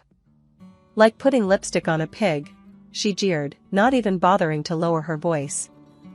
I flinched, the sting of her words hitting harder than I wanted to admit. "Shut up, Lily," I snapped back, more hurt than angry. Mom's voice cut through the tension like a hot knife. "Kate, don't talk to your sister like that. And Lily's right, you know. Those clothes do nothing for you." I stood there, a mix of anger and humiliation washing over me. I wanted to scream, to tell them both off, but I knew it would only make things worse. Mark wandered in, oblivious to the brewing storm. "What's all the noise about?" he asked, looking between us. "Lily's just being her usual charming self," I muttered, my voice dripping with sarcasm. Mark sighed, a look of resignation on his face. "Girls, can't we all just get along for once? Tell her to stop picking on me, then," Lily whined, playing the victim like she always did. "I'm not the one starting things," I protested, but it fell on deaf ears. Mark just shook his head and walked away, leaving me to fend for myself yet again. The next day at school, I overheard some kids talking about a party. For a fleeting moment, I entertained the idea of going, of being normal, for a change. But then reality crashed back in. I couldn't bring anyone home. Mom would make sure any friend or boy I liked would run for the hills with her comments. One evening, Mom was on one of her tirades about my appearance. "You could be pretty if you actually tried, Kate. Look at Lily, she takes care of herself." I was at my breaking point. "Why do you always compare me to her? I'm not Lily." Mom just rolled her eyes. "Because she sets a good example. You could learn a lot from your sister." The words felt like a slap in the face. It was always Lily, always about how perfect she was and how I just couldn't measure up. I stormed off, my heart pounding in my chest. Alone in my room, I let the tears come. It was clear I was the odd one out in this family, the constant disappointment. And no matter how hard I tried, it felt like it would never be enough. Finding love should have been exciting, right? For most people, maybe, but for me, it felt like walking through a minefield blindfolded. After everything at home, I was hungry for a bit of tenderness, something real and warm. But every time I thought I found it, boom, everything blew up in my face. I met Jake at work. He was funny, had a killer smile, and didn't seem to mind my awkwardness. We hit it off, and for a minute there, I thought, hey, maybe this could be it. One night, I decided to bring him home, thinking it'd be safe. Big mistake. "Kate, who's this?" Mom asked, eyeing Jake like he was some bug she found under the sink. "This is Jake, Mom. We work together," I said, trying to keep my voice steady. Jake reached out, all polite and smiling. "Nice to meet you, ma'am." Mom just nodded, her smile tight. Once we sat down, it started. It was like she had a radar for my vulnerabilities. "So, Jake, Kate's not much of a looker, but she's got a good heart, I suppose. Keeps her room clean. That's something, right?" Mom's voice was all sweet poison, her words slathered in fake honey. I could feel my cheeks burning, my heart sinking. Jake looked at me, confusion and pity in his eyes. That look, it just about killed me. "Actually, I think Kate's great. Really smart and funny," Jake said, trying to defend me, but Mom wasn't having it. "Oh, sure. But you know, boys always gotta be careful. Girls like Kate, they get clingy, think every date means wedding bells," Mom went on, each word a dagger. The evening couldn't end fast enough. Jake left, and so did any hope of us. He was cool at work, but distant. Couldn't blame him. Who'd want to dive into that hot mess? It wasn't just Jake. There was Tom, Darren, and a few others. Different faces, same story. Mom would either scare them off with her warnings, or Lily would do her part, spilling some made-up scandal about me. I stopped bringing guys home after that. Started meeting them outside, but the damage was done. My confidence was shot. Every date felt like a ticking time bomb, waiting for the moment they'd find out about my crazy family and bail. One night, after another failed date, I came home to find Mark sitting in the living room, alone. "Rough night?" he asked, the TV casting shadows on his tired face. "Yeah, you could say that," I replied, slumping down beside him. "Kate, you're a catch, you know that? Any guy would be lucky to have you," Mark said, sincere as always. I wanted to believe him, really, I did. But belief was a luxury I couldn't afford. Not with Mom and Lily always there, ready to remind me I wasn't enough. "Thanks, Mark. Just gotta keep looking, right?" I forced a smile, but inside, I was crumbling. "Yeah, keep looking. He's out there, Kate. Someone who'll see you for the amazing person you are," Mark encouraged, his optimism a faint light in the darkness. I nodded, not really convinced, but grateful for Mark's belief in me. Maybe one day, I'd find someone who looked past the mess, saw me, and stayed. Until then, I'd keep searching, hoping for a love that could withstand the chaos of my life. A few years down the road, and here I am, Kate, at 27, carving out a slice of life for myself. I've got a decent job as an economist at this big company, and I've been living in my little slice of independence, a small apartment that's all mine. But the real game changer? Meeting Alex. He's not just some guy, he's the guy. The one I can actually picture the whole "till death do us part" scenario with. One evening, lounging on my thrift store couch, Alex turned to me, his eyes serious, but kind. "Kate, I think it's time we introduce each other to our folks. I mean, if we're serious about this, and I know I am, they should know, right?" My stomach did a somersault. Meeting his folks? Sure. My family? That's a whole different ballgame. "Alex, you know I'm all in with you, but my family, it's complicated." He took my hand, his thumb brushing against mine. "Hey, we all have our brand of crazy at home. How bad can it be?" I sighed, spilling the beans about the whole ordeal with Mom and Lily, leaving out no gritty detail. Surprisingly, he didn't bolt. Instead, he squeezed my hand tighter. "We'll face them together," he said, and just like that, I felt a bit braver. So, I bit the bullet and called Mark. Out of everyone, he's been a steady rock in the shifting sands of my family drama. "Mark, I've got news. I'm seeing someone, Alex, and we're engaged." There was a pause, and then, "Kate, that's fantastic. When do we get to meet him?" Mark's enthusiasm was like a warm blanket. He didn't skip a beat, jumping straight to when, not if. I let out a breath I didn't know I was holding. "Soon, Mark. I'm a bit on edge about Mom and Lily." "Don't you worry. I'll smooth things over on this end. Just bring that young man over. It's about time there was some good news around here." Hanging up, I turned to Alex, who'd been watching me with a mix of curiosity and concern. "Well, Mark's on board. Looks like we're doing this." He grinned, pulling me into a hug. "See? Step 1, down. We'll handle the rest just fine." But as the day approached, I couldn't shake off the nerves. Meeting Alex's folks went better than I could have hoped. They were warm, welcoming, everything you'd want in potential in-laws. It gave me a sliver of hope, maybe too much. Now, as I paced the length of my living room, I tried to muster that same hope for the upcoming dinner at my family's house. Alex, ever the optimist, assured me it'd be all right, but deep down, I knew the storm that was brewing. It was going to be a showdown, my past against my future. But with Alex by my side, I felt a tad more courageous. Still, I couldn't help but run through every possible scenario, each ending more dramatic than the last. "Kate, it'll be okay," Alex said, catching me mid-pace and pulling me into his arms. "Whatever happens, we're in it together.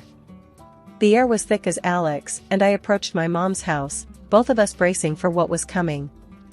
Little did we know, the evening had a twist in store. Kate, Alex, finally. Mom greeted us at the door, her usual frostiness replaced by a warmth that felt out of place. As soon as we were settled and introductions were out of the way, the bomb dropped. "So, Alex, Kate tells me you're quite the big shot, director of your company and all," Mom said, her eyes lighting up in a way I hadn't seen in years. Alex, ever humble, just nodded. "Well, I wouldn't say big shot, but yeah, I've worked my way up." That's all it took. Suddenly, Mom was all smiles and praises, hanging on Alex's every word. The transformation was almost comical if it wasn't so painfully obvious. Dinner was served, and the atmosphere had done a complete 180. Mom was laying it on thick, every other sentence aimed at showcasing how wonderful our family was, especially Lily.